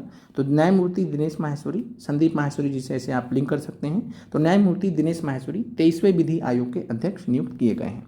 अगले प्रश्न पर चलते हैं। हमने पहले भी आपको ये शब्द बोला है अजीब, और चूंकि आप लोगों का जिसमें फ़ायदा हो वो चीज़ें हम आपको बताते हैं। और जनरली हम इन सब चीज़ों को अवॉइड करते हैं, लेकिन आपकी स्थिति को हम समझ सकते हैं। जब आप एस्पिरेंट के रूप में पढ़ाई कर रहे हैं तो बहुत सारी चीज़ें पढ़नी होती हैं, तो जहाँ से भी आपको आसान हो जाए, ठीक है। बाकी जो भी जिसको जैसे लेना है ले सकता है, याद करने का तरीका मात्र वो हम आपको बता रहे हैं। चलिए अगला प्रश्न है, भारत की कौन सी दो भारतीय शास्त्रीय रचनाओं की पांडुलिपियों को यूनेस्को की memory of the world register में शामिल किया गया है। तो भारत की जो है दो शास्त्रीय रचनाओं को की पांडुलिपियों को यूनेस्को की memory of the world register में शामिल किया गया है। तो पहली बात तो ये है कि memory of the world register किसका है, यूनेस्को का है। इसमें भारत की दो शास्त्रीय रचनाओं की पांडुलिपियों को शामिल किया गया। वो दोनों कौन कौन से हैं, तो यहाँ पर आपको ध्यान ये रखना है कि जो भी आपने दो कहानियाँ तो सभी ने पढ़ी हैं, एक है रामायण एक है महाभारत, आपको ये एलिमिनेट कर देना है। रामायण महाभारत इसमें नहीं है, रट लीजिए रामायण महाभारत नहीं है, क्योंकि फंसाएगा तो ऐसे ही फंसाएगा। रामायण महाभारत नहीं है, रामायण महाभारत नहीं है, तो ये हट जाएगा। क्लियर है। अब यहाँ पर क्या बचता, नाट्यशास्त्र और श्रीमद् भगवत गीता। नाट्यशास्त्र और श्रीमद् भगवत गीता, तो यहाँ पर राइट आंसर आपका 24 नंबर प्रश्न में क्या है, नाट्यशास्त्र और श्रीमद् भगवत गीता दो भारतीय शास्त्रीय रचनाओं की पांडुलिपियाँ हैं जिनको यूनेस्को की memory of the world register में शामिल किया गया। अब इसको याद आप कैसे करेंगे, तो याद करने का एक हम आसान सा तरीका बता देते हैं। श्रीमद् भगवत गीता का जो पूरा एक कह सकते हैं कि को प्रकट करने वाले थे कौन, तो श्री कृष्ण भगवान। क्लियर है। अब आप लोग बताइए, श्री कृष्ण भगवान जी से अच्छी एक्टिंग कोई कर पाता था? बाल स्वरूप से ही जब वो छोटे थे तो अपनी मैया से क्या बोलते थे कि मैया मैनो माखन नहीं खाए। तो सबसे अच्छा नाटक कौन रचा पाते थे, श्री कृष्ण भगवान बाल स्वरूप में। तो नाट्य शब्द जुड़ा हुआ है, तो नाट्यशास्त्र श्रीमद् भगवत गीता, तो नाट्यशास्त्र श्रीमद् भगवत गीता। इस तरीके से आप याद रख सकते हैं कि इन दोनों को जो है यूनेस्को की वर्ल्ड मेमोरी ऑफ रजिस्टर में शामिल किया गया है। याद करने का हमने आपको एक जो है एक और तरीका बताया यहाँ पर। तो इस तरीके से आप करंट अफेयर्स के चीज़ों को रिलेट कर सकते हैं। इससे आपको रटना नहीं पड़ेगा, क्योंकि रट के आप कितना जाएंगे, इससे कुछ कम हो जाता है, आपको याद हो जाता है। उम्मीद करते हैं कि ये भी तरीका आपको अच्छा लगा होगा। बाकी जिनको रट के जाना है रट के जा सकते, कोई दिक्कत नहीं है, ठीक है। आपको एग्ज़ाम निकालना है, वो कैसे भी निकालिए वो आपके ऊपर है। तो नाट्यशास्त्र और श्रीमद् भगवत गीता यहाँ पर राइट आंसर हो जाएगा। वैसे नाट्यशास्त्र के रचयिता कौन है, तो नाट्यशास्त्र के रचयिता जो है भरत मुनि है। ये आपको तैयारी के लिए कोई महत्वपूर्ण नहीं है, भरत मुनि इसका मतलब जो है रचयिता है नाट्यशास्त्र के। तो यहाँ पर आपका 24 नंबर प्रश्न का राइट आंसर सी है। अगले प्रश्न पर चलते हैं। चलिए अगला प्रश्न है, किस राज्य ने आदर्श संस्कृत ग्राम कार्यक्रम शुरू किया है। ये भी प्रश्न का हम बहुत आराम से आपको अच्छा सा ट्रिक बता देंगे जिससे आप इसको कभी नहीं भूलेंगे। आदर्श संस्कृत ग्राम कार्यक्रम, आइडियल संस्कृत विलेज प्रोग्राम किस राज्य ने स्टार्ट किया है। चलिए, संस्कृत को किसकी भाषा बोली जाती है, तो संस्कृत को जो है देवताओं की भाषा बोली जाती है। एक याद करने का तरीका बता रहे हैं यहाँ पर हम। संस्कृत को देवताओं की भाषा बोली जाती है, संस्कृत को भाषाओं की जननी बोली जाती है, ठीक है। संस्कृत को देवताओं की भाषा बोली जाती है। उत्तराखंड को देवताओं की भूमि कहा जाती है, उत्तराखंड को देवताओं की भूमि कहा जाती है, देवभूमि कहा जाता है। तो उत्तराखंड को देवभूमि कहा जाता है और देवताओं की भाषा है संस्कृत। तो आदर्श संस्कृत ग्राम कार्यक्रम कहाँ चालू किया जाएगा, उत्तराखंड में। क्लियर है, ये आपको याद करने का एक आसान सा तरीका हमने बता दिया है। 25 नंबर में बी है। और जो भी अभ्यर्थी इस लाइव क्लास को देख रहे हैं, हम आपसे जो है बहुत उम्मीद रखते हैं कि आप लोग लाइव सेशन में ज़रूर जुड़िए। बाकी जो लोग लाइव नहीं देख रहे हैं, बाद में देख रहे हैं, हम आपसे एक ही चीज़ कहना चाहेंगे कि अगर आप किसी व्यक्ति को सहयोग करना चाहते हैं, सपोर्ट करना चाहते हैं, तो लाइव सेशन में ज़रूर जुड़ जाया कीजिए। अगर आप लाइव प्रीमियर में जुड़ते हैं तो बहुत अच्छा लगता है। कल जो पहला हमने लिया था, पहला मॉक टेस्ट 1 में 215, 216, 220 इस तरीके से लाइव गए थे। और कल जो मॉक टेस्ट नंबर 2 लिया था उसमें 150 प्लस लोग लाइव थे। आज हम देखते हैं कितना लाइव है। अभी जब ये हम बात बोल रहे हैं तो देखते हैं कितना आज लाइव होगा। करंट अफेयर्स के लिए कितने लोग चाह रहे हैं कि बेस्ट से बेस्ट कंटेंट मिले। दूसरा चीज़ ये है कि आप लोग जब आप हमारे साथ में तैयारी कर रहे हैं, आपको अंदर ही अंदर मन ही मन फील होगा कि कंटेंट बहुत अच्छा है, ये सारी चीज़ें हैं। हम यहाँ पर कोई दावा नहीं करते हैं क्या है कैसा क्या नहीं, बस हम इतना जानते हैं कि बीपीएससी टीआरई 4 के लिए हम आपको अपनी तरफ से हमारा जो भी अनुभव है उस पर हम कॉन्फिडेंस रखते हुए, ओवर कॉन्फिडेंस में विश्वास बिल्कुल भी नहीं करते, उस पर हम कॉन्फिडेंस रखते हुए, भरोसा रखते हुए आपको तैयारी करा रहे हैं। और उस दिशा में, उस रास्ते पर जो हमें ज़रूरी चीज़ लग रहा है वो हम आपको पढ़ा रहे हैं, करा रहे हैं। बाकी किस्मत रही तो आपको सारे प्रश्न मिलेंगे, एक दो प्रश्न हो सकता नहीं भी मिले, क्योंकि बाकी हम अपनी तरफ से पूरा प्रयास कर रहे हैं कि आपके लिए बेस्ट से बेस्ट दे पाएँ। अब उस केस में आपसे भी हम उम्मीद रखते हैं कि जब हम लाइव प्रीमियर रात के 9:30 बजे ले रहे हैं, तो रात के 9:30 बजे अगर आप जो है 30 से 40-50 मिनट के लिए, 1 घंटे के लिए अगर आप रात में 9:30 बजे नहीं आते, तो इसका मतलब है कि आप सपोर्ट नहीं करना चाहते, क्योंकि ज़्यादातर अभ्यर्थी तो 9:30 बजे फ्री ही होंगे। अब ऐसा तो है नहीं कि कोई रात के 12 बजे के बाद फ्री होगा, गिने चुने ऐसे अभ्यर्थी हो सकते हैं, कोई हाउसवाइफ वगैरह हो सकती हैं जो लेट में जिनको समय मिलता है, तो उनके लिए कोई दिक्कत नहीं। लेकिन जो सामान्यतः जो मतलब आ सकते हैं लाइव, वो जब नहीं आते तो बहुत अफसोस होता है, बहुत दिक्कत होता है। और ये जो वीडियोस वगैरह हैं बनाने में बहुत मेहनत लगता है, एक PDF बनाने में 4 से 5 घंटे लग जाते हैं, लाइव रिकॉर्ड करने में 55 मिनट हो चुके हैं। इसके अलावा इन सभी वीडियोस को बनाने में हमें पंखा वगैरह बंद करके बनाना पड़ता है हमेशा, आज नहीं, लगभग 1000 वीडियोस हम आपके लिए बना चुके हैं।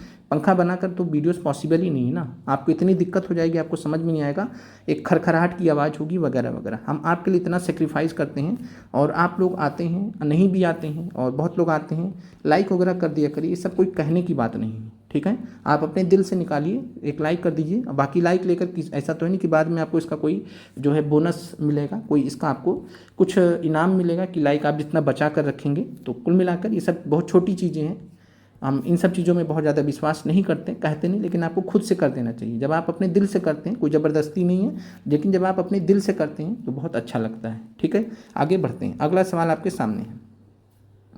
राजकोषीय स्वास्थ्य सूचकांक फिस्कल हेल्थ इंडेक्स 2025 किसने जारी किया है? तो राजकोषीय स्वास्थ्य सूचकांक फिस्कल हेल्थ इंडेक्स की बात करें, अब यहाँ पर आपको हम एक ट्रिक बता देते हैं वैसे, कि कहीं भी आपको अगर नीति आयोग का नाम मिल जाता है तो राइट आंसर आपका नीति आयोग हो जाएगा। क्लियर है? अब हम बात करते हैं कि नीति आयोग बना कब था, तो आप ये कमेंट कर दीजिएगा, नीति आयोग की स्थापना कब की गई है। नीति आयोग का फुल फॉर्म है national institution for transforming India. ये सब आपको बेसिक चीज़ें जो मालूम होनी चाहिए, national institution for transforming India. और इसने योजना आयोग का जगह लिया था। योजना आयोग जो कि 1950 में बना था, योजना आयोग को बंद कर दिया गया भारत सरकार के द्वारा जब मोदी जी प्रधानमंत्री बने, और एक नया थिंक टैंक बना दिया गया जो भारत सरकार को सलाह देता है, जिसको नीति आयोग के नाम से जाना जाता है। भारत सरकार को सलाह देता है, बहुत सारे रिपोर्ट्स भी बनाता है। तो इस तरीके से जो है नीति आयोग यहाँ पर आप याद रखिएगा। राइट आंसर है राजकोषीय स्वास्थ्य सूचकांक फिस्कल हेल्थ इंडेक्स किसने जारी किया? नीति आयोग ने। नीति आयोग बनाएगा तो नीति आयोग ही जारी करेगा, ऐसा तो नहीं कि नीति आयोग बनाएगा वित्त मंत्रालय जारी करेगा। तो नीति आयोग बनाएगा तो नीति आयोग ही जारी करेगा, वित्त मंत्रालय रिपोर्ट वगैरह नहीं बनाता है, आप याद रख सकते हैं इस तरीके से। NSO की बात करें, नेशनल स्टेटिस्टिकल ऑफिस, इसका जो है ये काम नहीं है, राजकोषीय स्वास्थ्य सूचकांक वगैरह इससे रिलेटेड ये काम नहीं करता है। तो राइट आंसर आपका नीति आयोग है, 26 में बी है। अगले प्रश्न पर चलते हैं, और ये भी आपको ध्यान रखना है कि राजकोषीय स्वास्थ्य सूचकांक में भारत का कौन सा राज्य प्रथम स्थान पर है, तो उड़ीसा को जो है प्रथम स्थान पर रखा गया है। बाकी राजकोषीय चीज़ें जो होती हैं, फिस्कल पॉलिसी वगैरह होती हैं, ये सब जो है शासन प्रशासन से संबंधित होती हैं, अर्थशास्त्र से संबंधित होती हैं, उसमें बहुत ज़्यादा आपको नहीं जाना है। चलिए अगला है, भारत का पहला कौन सा राज्य बना है जिसने विधानसभा में सांकेतिक भाषा साइन लैंग्वेज शुरू की है? तो भारत का पहला राज्य कौन सा बना है जिसने विधानसभा में सांकेतिक भाषा साइन लैंग्वेज शुरू करने की पहल इसमें की है? तो यहाँ पर आपको बताना है कौन सा भारत का पहला राज्य बना है। साइन लैंग्वेज सांकेतिक भाषा यानी बोलना नहीं है, हाथ वगैरह से इशारा करके उसको जो है विधानसभा में बोलने का इजाज़त दिया गया है, शुरू कर दिया है। जनरली भारत के किसी राज्य में है नहीं, लेकिन एक राज्य में ये हो गया है। तो भारत का पहला राज्य जो है ये पंजाब बना है। आप पंजाब के संदर्भ में आप कुछ इस तरीके से याद रख सकते हैं, बाकी थोड़ा सा एक गलत तरीका होगा। बाकी जो पंजाब के जो मुख्यमंत्री हैं भगवंत मान जी हैं, इनके ऊपर विपक्ष वाले, हम नहीं आरोप लगा रहे हैं, तो भगवंत मान जी इनके ऊपर विपक्ष वाले आरोप लगाते हैं कि ये जो है ड्रिंक वगैरह ज़्यादा करते हैं, ड्रिंक वगैरह करके जो है विधानसभा में भी आ जाते हैं वगैरह वगैरह। ऐसे ही विपक्ष वालों का कहना, हमारा कोई मानना नहीं है। बाकी आदरणीय मुख्यमंत्री हैं पंजाब के, तो उसमें कोई दिक्कत नहीं है। बाकी एक विपक्ष आरोप लगाता है, याद करने का हम आपको तरीका बता रहे हैं। तो चलिए मान लेते हैं कोई व्यक्ति अगर ड्रिंक करके आता है, तो अगर कोई व्यक्ति ड्रिंक करके आएगा तो इशारों में बात कर सकता है, सांकेतिक भाषा का प्रयोग कर सकता है। हम इसमें कोई मजाक नहीं उड़ा रहे हैं, क्योंकि सांकेतिक भाषा का प्रयोग वही लोग करते हैं जो बोल नहीं पाते हैं, ठीक है। बस हम आपको एक याद करने का तरीका बता रहे हैं, थोड़ा सा गलत तरीका है, उसके लिए माफ़ी चाहते हैं। बस आप किसी तरीके से इस प्रश्न का उत्तर याद रखें हमेशा के लिए, वो हम चाह रहे हैं, ठीक है। और ये जनरली मूक बधिर लोग सांकेतिक भाषा साइन लैंग्वेज का यूज़ करते हैं। चलिए आगे बढ़ते हैं। 27 नंबर प्रश्न आपको जो है राइट आंसर सी है पंजाब। पंजाब की विधानसभा में सांकेतिक भाषा साइन लैंग्वेज शुरू करने वाला भारत का पहला राज्य बना है। अगला प्रश्न है, प्रधानमंत्री मोदी को किस देश का सर्वोच्च नागरिक सम्मान grand commander of the order of the star and key of Indian ocean दिया गया है? आप देख लीजिए, इसका भी हम आपको ट्रिक बता देंगे। तो प्रधानमंत्री मोदी को किस देश का राष्ट्रीय नागरिक सर्वोच्च नागरिक सम्मान, जैसे भारत का सर्वोच्च नागरिक सम्मान भारत रत्न है, वैसे किसी देश का जो सर्वोच्च नागरिक सम्मान है grand commander of the order of the star end of the Indian ocean and key of Indian ocean. की मतलब क्या होता है? की मतलब चाबी होता है, की वर्ड ये है। तो order of the star and key of the Indian Ocean, grand commander. और ये अगर हम बात करें तो फ्रांस इटली नहीं है, मॉरिशस यहाँ पर राइट आंसर है। याद करने का तरीका आपको हम बता दे रहे हैं कि जो है आपने ये अफ्रीका महाद्वीप देखा होगा, नहीं देखा होगा तो एक बार जाकर देख लीजिएगा। अफ्रीका महाद्वीप के बगल में मेडागास्कर नाम का एक जो है आइलैंड स्थित है। मेडागास्कर के बगल में जब आप यहाँ पर देखेंगे तो यहाँ पर मॉरिशस नाम का एक देश है। तो मॉरिशस नाम का जो देश है ये जहाँ स्थित है, ये कुल मिलाकर ये हिंद महासागर वाला क्षेत्र है, ये पूरा हिंद महासागर वाला क्षेत्र है जहाँ पर मॉरिशस स्थित है। अब यहाँ पर जो है बात करें तो यहाँ पर भारत स्थित है, भारत स्थित है। और अफ्रीका से भारत आने की जो चाबी है, भारत आने का जो रास्ता है वो मॉरिशस से होकर होता है, एक तरीके से आप समझ सकते हैं। तो grand commander of the order of the star and key of Indian ocean, यानी इंडियन ओशियन में आने का या भारत में आने का, हिंद महासागर में आने का या इंडियन ओशियन में आने का जो रास्ता वो मॉरिशस से होकर जाता है। तो इसलिए जो ये सर्वोच्च नागरिक सम्मान किस देश का है? मॉरिशस का है। ये याद करने का हमने आपको तरीका बता दिया। बाकी इंडियन ओशन में फ्रांस इटली है भी नहीं दूर दूर तक, तो एलिमिनेट कर सकते हैं। चलिए अगले प्रश्न पे चलते हैं। गुजरात सरकार ने राज्य का पहला जैव विविधता धरोहर स्थल किसे घोषित किया है? तो जनवरी 2025 में ये हुआ है। तो गुजरात सरकार ने राज्य का पहला जैव विविधता धरोहर स्थल किसे घोषित किया है? इससे मिलता जुलता सवाल टीआरई का जो 15 मार्च का पेपर हुआ था वो उड़ीसा से रिलेटेड पूछा था, कोरापुट जिले का पूछा था। आप जाके करंट अफेयर्स जब देखेंगे तो इससे रिलेटेड एक सवाल, मतलब एग्जैक्टली ये नहीं था लेकिन इससे रिलेटेड एक कोरापुट जिले का सवाल पूछा गया था 15 मार्च में। तो गुजरात सरकार ने राज्य का पहला जैव विविधता धरोहर स्थल किसे घोषित किया है? तो ये है इनलैंड मैंग्रोव गुनरी। गुनरी गांव है, गुनरी नामक एक गांव है जहां पर मैंग्रोव स्थित है। चूंकि गांव के अंदर स्थित है तो इसलिए इसका नाम इनलैंड रखा गया है। इनलैंड मतलब समुद्र के किनारे नहीं, समुद्र के अंदर, इस तरीके से आप मतलब समुद्र कह रहे हैं, मतलब जमीन वाले एरिया में, मतलब समुद्र से जब आप अंदर जाएंगे ज़मीन वाले क्षेत्र में तो वहाँ पर जब जो मैंग्रोव होते हैं उनको इनलैंड मैंग्रोव बोला जाता है। तो इनलैंड मैंग्रोव और वो गुनरी गांव में स्थित है तो इसलिए इसका नाम इनलैंड मैंग्रोव गुनरी है। और इसको जो है गुजरात राज्य का पहला जैव विविधता धरोहर स्थल घोषित किया गया है। बन्नी घास के मैदान की अगर हम बात करें तो ये गुजरात में स्थित है, ये भी आपको ध्यान रखना है। नल सरोवर पक्षी अभ्यारण्य जो गुजरात में स्थित है, तीनों ही गुजरात के हैं। तो नल सरोवर पक्षी अभ्यारण्य गुजरात में स्थित है, बन्नी घास के मैदान गुजरात में स्थित है, बन्नी ग्रासलैंड आपसे पूछा जा सकता है। इसके अलावा पहला जैव विविधता धरोहर स्थल किसे घोषित किया? तो इनलैंड मैंग्रोव गुनरी को। अगले प्रश्न पर चलते हैं। भारत के लोकपाल ने प्रतिवर्ष किस तिथि को लोकपाल दिवस मनाने का निर्णय किया है? इस प्रश्न को अटेम्प्ट करने से पहले, आंख बंद करके मारने से पहले, जो भी ऐसा करने का सोच रहे हैं हम आपको बता दें कि आप इसको एलिमिनेट कर लीजिए। जो भी आपको जानकारी हो आप उसे एलिमिनेट कर लीजिए, आप आंसर पे पहुंच जाएंगे। ABC में से कोई आंसर है, आप चुपचाप से उस आंसर पे पहुंच जाएंगे। कैसे? 9 जनवरी को प्रवासी दिवस मनाया जाता है। 9 जनवरी 1915 को गांधी जी भारत लौटे थे तो इसकी याद में प्रवासी दिवस मनाया जाता है 9 जनवरी को हर साल। ठीक है। फिर है 12 जनवरी। 12 जनवरी को स्वामी विवेकानंद, आदरणीय स्वामी विवेकानंद जी का जो है जन्मतिथि पड़ता है। तो 12 जनवरी को राष्ट्रीय युवा दिवस मनाया जाता है।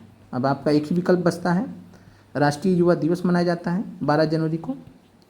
और 16 जनवरी को भारत के लोकपाल ने प्रतिवर्ष जो है लोकपाल दिवस मनाने का निर्णय किया है। तो 16 जनवरी लोकपाल दिवस मनाने का निर्णय किया गया है। अगले प्रश्न पर चलते हैं। 18वां प्रवासी भारतीय दिवस सम्मेलन 2025 कहाँ आयोजित किया गया है? बहुत इंपॉर्टेंट है करंट अफेयर्स के लिहाज से, और ये 8 से 10 जनवरी के बीच में कार्यक्रम किया गया है। 8 से 10 जनवरी 2025 के बीच में जो है यह सम्मेलन हुआ है। कहाँ पर हुआ है? तो ये जो है बात करें तो भुवनेश्वर उड़ीसा में हुआ है। पहली बार उड़ीसा में पहली बार हुआ है प्रवासी भारतीय सम्मेलन मनाया गया है भुवनेश्वर उड़ीसा में। याद रखिएगा, बहुत इंपॉर्टेंट प्रश्न आपके लिए। हर साल जो है मनाया जाता है, बहुत धूमधाम से मनाया जाता है। खासकर जो है भारतीय जनता पार्टी की जो सरकार है, नरेंद्र मोदी की जो सरकार है, उसमें प्रवासी भारतीयों को बहुत ज़्यादा वैल्यू दी जाती है। तो भुवनेश्वर उड़ीसा यहाँ पर आपका राइट आंसर है। क्लियर है। 18वां प्रवासी भारतीय दिवस सम्मेलन 8 से 10 जनवरी 2025 को उड़ीसा के भुवनेश्वर में आयोजित किया गया। इस वर्ष का विषय, थीम क्या है, थीम आपसे पूछा जाता है ना, तो थीम क्या है इस वर्ष का? विकसित भारत में प्रवासी भारतीयों का योगदान। तो विकसित भारत में प्रवासी भारतीयों का योगदान, ये इस साल थीम है, ये आप याद रखना है। 18वें प्रवासी भारतीय सम्मेलन का संख्या कौन सा? 18वां है, प्रवासी भारतीय सम्मेलन है। ठीक है, विकसित भारत में प्रवासी भारतीयों का योगदान इसका थीम है। अगला महत्वपूर्ण प्रश्न इसी से रिलेटेड, 18वें प्रवासी भारतीय दिवस सम्मेलन 2025 के मुख्य अतिथि कौन थी या कौन थे? तो 18वें प्रवासी भारतीय दिवस सम्मेलन की अगर हम बात करें तो त्रिनिडाद और टोबैगो की जो राष्ट्रपति हैं, महामहिम है क्रिस्टीन कार्ला कंगालू। क्रिस्टीन कार्ला कंगालू, ट्रिपल के याद रख लीजिए, क्रिस्टीन कार्ला कंगालू। 18वें प्रवासी भारतीय दिवस जो सम्मेलन हुआ 2025 की ये मुख्य अतिथि थी, चीफ गेस्ट थी। राष्ट्रीय स्तर पे तो मोदी जी गए थे, प्रधानमंत्री जी गए थे, बाकी इंटरनेशनल स्तर पे चूंकि प्रवासी भारतीय दिवस था तो चीफ गेस्ट जो थी वो क्रिस्टीन कार्ला कंगालू थी। तो राइट आंसर आपका 32 में बी हो जाएगा। प्रधानमंत्री नरेंद्र मोदी ने 9 जनवरी 2025 को प्रवासी भारतीय दिवस 2025 का उद्घाटन किया। तो आपसे ये भी पूछा जा सकता है, कार्यक्रम तो हुआ था 8 से 10, लेकिन 8 तारीख को मोदी जी नहीं गए थे, कब गए थे? 9 जनवरी को। 9 जनवरी 2025 को प्रवासी भारतीय दिवस 2025 का उद्घाटन मोदी जी ने किया था। प्रवासी भारतीय दिवस 2025 के मुख्य अतिथि त्रिनिडाद और टोबैगो गणराज्य की राष्ट्रपति महामहिम क्रिस्टीन कार्ला कंगालू थी। तो याद रखिएगा, महामहिम राष्ट्रपति के लिए प्रयोग किया जाता है जब तो त्रिनिदाद और टोबैगो गणराज्य है, और ये जो है कैरिबियन समुद्र में जब आप जाएंगे कैरिबियन सी वाले क्षेत्र में तो त्रिनिदाद और टोबैगो गणराज्य वहाँ पर आपको मिल जाएगा। वेस्ट इंडीज के अगल बगल में आपको ये मिल जाएगा। तो महामहिम क्रिस्टीन कार्ला कंगालू इस बार की 18वें प्रवासी भारतीय दिवस की जो है मुख्य अतिथि थी, ये आपको ध्यान रखना है। 33 नंबर प्रश्न है, किस राज्य ने सितंबर 2024 में स्वदेशी गायों की नस्लों को राज्य माता या गौ माता का दर्जा दिया है? तो सितंबर 2024 में स्वदेशी गायों की नस्लों को गौ माता का जो दर्जा दिया है वो था महाराष्ट्र। उस समय एकनाथ शिंदे थे, एकनाथ शिंदे मुख्यमंत्री थे, अब नहीं है, चले गए बेचारे, जो है खेला हो गया इनके साथ में। अब फडणवीस हैं भारतीय जनता पार्टी की तरफ से। तो राज्य माता गौ माता का दर्जा दिया गया था जब एकनाथ शिंदे मुख्यमंत्री थे सितंबर 2024 में। तो महाराष्ट्र यहाँ पर राइट आंसर है। अगले प्रश्न पर चलते हैं, और याद करने का आप ऐसे तरीका देख सकते हैं कि एकनाथ शिंदे की सरकार थी, चुनाव आने वाले थे, तो सोचे कि चुनाव में आने के लिए क्या किया जाए, कुछ अच्छा सा। तो इन्होंने सोचा कि स्वदेशी गायें जो हैं उनको हम गौ माता का दर्जा दे देंगे, तो इसलिए जनता हमें वोट दे देगी। इस तरीके से आप याद कर सकते हैं। ठीक है, तो गौ माता हो गया इस तरीके से। बाकी गौ माता का केस अगर हम बात करें, बहुत ज़्यादा इसमें पढ़ना नहीं चाहते हैं, ये सब चीज़ें बहुत राजनीति का विषय होती हैं। कहीं पर जो है गौ माता माना जाता है, कहीं पर जो है ज़रूरत के हिसाब से जो है मतलब अलग अलग चीज़ें होती हैं, इसमें बहुत ज़्यादा नहीं पढ़ना है। बस आप याद करिए किसी तरीके से जो आपको याद रहे। तो गौ माता का दर्जा महाराष्ट्र ने दिया है। अगले प्रश्न पर चलते हैं। बिहार खेल विश्वविद्यालय राज्य खेल अकादमी का उद्घाटन कहाँ किया गया है? तो बिहार राज्य से स्पेशल संबंधित सवाल है। राजगीर नालंदा में बिहार खेल विश्वविद्यालय एवं राज्य खेल अकादमी का उद्घाटन किया जा चुका है, और यहाँ पर जो है क्या नाम है, खेलो यूथ इंडिया खेलो गेम्स करके भी आयोजित किए गए थे, उसका भी हमने करंट अफेयर्स में आपको पढ़ा रखा है। तो करंट अफेयर्स देख लीजिएगा। अब जो भी बिहार राज्य में जो भी कार्यक्रम वगैरह होंगे वो राजगीर नालंदा में ही होंगे, ध्यान रखिएगा, क्योंकि बिहार खेल विश्वविद्यालय और राज्य खेल अकादमी का उद्घाटन वहाँ बहुत ज़बरदस्त हाईटेक तरीके से बना दिया गया, तगड़ा बना दिया गया। बिहार में अब कोई भी कार्यक्रम होगा तो वो राजगीर नालंदा में ही होगा। ये आप याद रखने का आसान सा तरीका है कि राजगीर नालंदा में ही कोई भी खेल से रिलेटेड कार्यक्रम होगा तो वो राजगीर नालंदा में होगा। आज भी हमने आपको करंट अफेयर से रिलेटेड एक चीज़ भेजा था, तो वो भी देख लीजिएगा, जो रग्बी गेम है जहाँ तक राजगीर नालंदा में ही होगा। तो ये आपको ध्यान रखना है। भारत की पहली भूतापीय विद्युत परियोजना का निर्माण कार्य कहाँ प्रारंभ किया गया है? जुलाई 2024 की घटना है, थोड़ा पुराना है, लेकिन ये नॉर्मली आपको जो है स्टैटिक में भी पूछा जाता है कि भारत में जो है भूतापीय विद्युत परियोजना, तो पहली भूतापीय विद्युत परियोजना का निर्माण कार्य कहाँ प्रारंभ किया गया है, ये आगे पीछे जब ये बन जाएगा तब भी चर्चा में आएगा, तो इसलिए आपको याद रखना है। और ये है पूगा घाटी लद्दाख। पूगा वैली लद्दाख में पड़ता है। पूगा घाटी लद्दाख भारत की पहली भूतापीय विद्युत परियोजना का निर्माण कार्य यहाँ पर शुरू किया गया है। बाकी पोटेंशियल की बात करें तो पोटेंशियल जो है कई जगहों पर है, उसके बारे में अलग से कभी चर्चा करेंगे। पूगा घाटी लद्दाख में स्थित है। पार्वती घाटी हिमाचल प्रदेश में। अरावली पर्वत श्रृंखला आपको मालूम ही है राजस्थान में स्थित है। तो 35 में पूगा घाटी लद्दाख हो जाएगा। तो भारत की पहली भूतापीय विद्युत परियोजना का निर्माण कार्य कहाँ शुरू किया गया? पूगा घाटी लद्दाख में। लद्दाख आप ऐसे याद कर सकते हैं कि लद्दाख खाली क्षेत्र है, वहाँ पर जो है पहली भूतापीय विद्युत परियोजना का निर्माण करने के लिए अथाह जगह है, बहुत जगह है वहाँ पे, इसीलिए सबसे पहले वहाँ से शुरू किया गया है। अगले प्रश्न पर चलते हैं। महाकुंभ मेला 2025 के संदर्भ में सही कथनों पर विचार कीजिए। थोड़ा सा जो है बड़ा प्रश्न हो गया है तो छोटा करना पड़ेगा वापस से हमें। महाकुंभ मेला 2025 के संदर्भ में जो है विचार कीजिए। तो ऑप्शंस आपके सामने कर देते हैं जिससे बाकी प्रश्न आप समझ गए हैं। महाकुंभ मेला 2025 जो हुआ था बहुत भव्य तरीके से, बहुत जानदार तरीके से, कुछ जो है दुखदाई चीज़ें भी हुई थी उसमें। तो महाकुंभ मेला जनपद का निर्माण किया गया था, इसके लिए पहला ऑप्शन है। प्रधानमंत्री जी ने कुंभ सहायक नामक AI चैटबॉट को लॉन्च किया था। मुख्यमंत्री जी के द्वारा उद्घाटित प्रयागराज में महाकुंभ के लोगों में, लोगो होता ना, कोई चीज़ का लोगो होता है, जैसे हमारे चैनल का लोगो आपने देखा होगा अजीब सा है। तो महाकुंभ के लोगों में पौराणिक समुद्र मंथन से निकले एक अमृत कलश को दर्शाया गया है। तो बात करें अगर महाकुंभ मेला 2025 का, तो इसके लिए उत्तर प्रदेश की सरकार ने एक नया जनपद बना दिया था जिसका नाम महाकुंभ मेला जनपद था। बहुत सारी तहसील वगैरह को, गाँव को मिला दिया था। फिर प्रधानमंत्री ने कुंभ सहायक AI चैटबॉट को लॉन्च किया था जिससे श्रद्धालु लोग को आसानी हो पढ़ने में, समझने में, जो भी चीज़ें हैं। AI चैटबॉट रहेगा, कुछ भी पूछना पाछना हो AI चैटबॉट बता देगा, ठीक है। तो कुंभ सहायक को भी लॉन्च किया गया था। फिर है मुख्यमंत्री योगी आदित्यनाथ के द्वारा उद्घाटित प्रयागराज में, उद्घाटन मुख्यमंत्री जी ने किया था। प्रयागराज में महाकुंभ के लोगों में जो लोगो था उसमें पौराणिक समुद्र मंथन से निकले एक अमृत कलश को दर्शाया गया। तो जो लोगो है उसमें क्या दर्शाया गया है? समुद्र मंथन से निकले अमृत कलश को दर्शाया गया। यह आपको सीधे सीधे ऐसे पूछ सकता है। इसके अलावा बात करें, सारे ऑप्शन यहाँ पर सही हैं। डी एक से अधिक आंसर है, सभी सही हैं। अब आपको ध्यान रखना कि महाकुंभ मेला जो है वो कब आयोजित किया गया था। तो महाकुंभ मेला जो है 13 जनवरी से 26 फरवरी 2025 तक। 12 जनवरी को जो है कह सकते हैं कि स्वामी विवेकानंद जी का जो है जन्मदिन मनाया गया, राष्ट्रीय युवा दिवस मनाया गया। 13 जनवरी से लग गए, 13 जनवरी से डबल कर दीजिए, 13 दूनी 26, तो 13 जनवरी से अगले महीने 26 फरवरी 2025 तक महाकुंभ मेला आयोजित किया गया था। तो 13 जनवरी से लेकर 26 फरवरी 2025 के बीच में ये आयोजित किया गया था, ठीक है।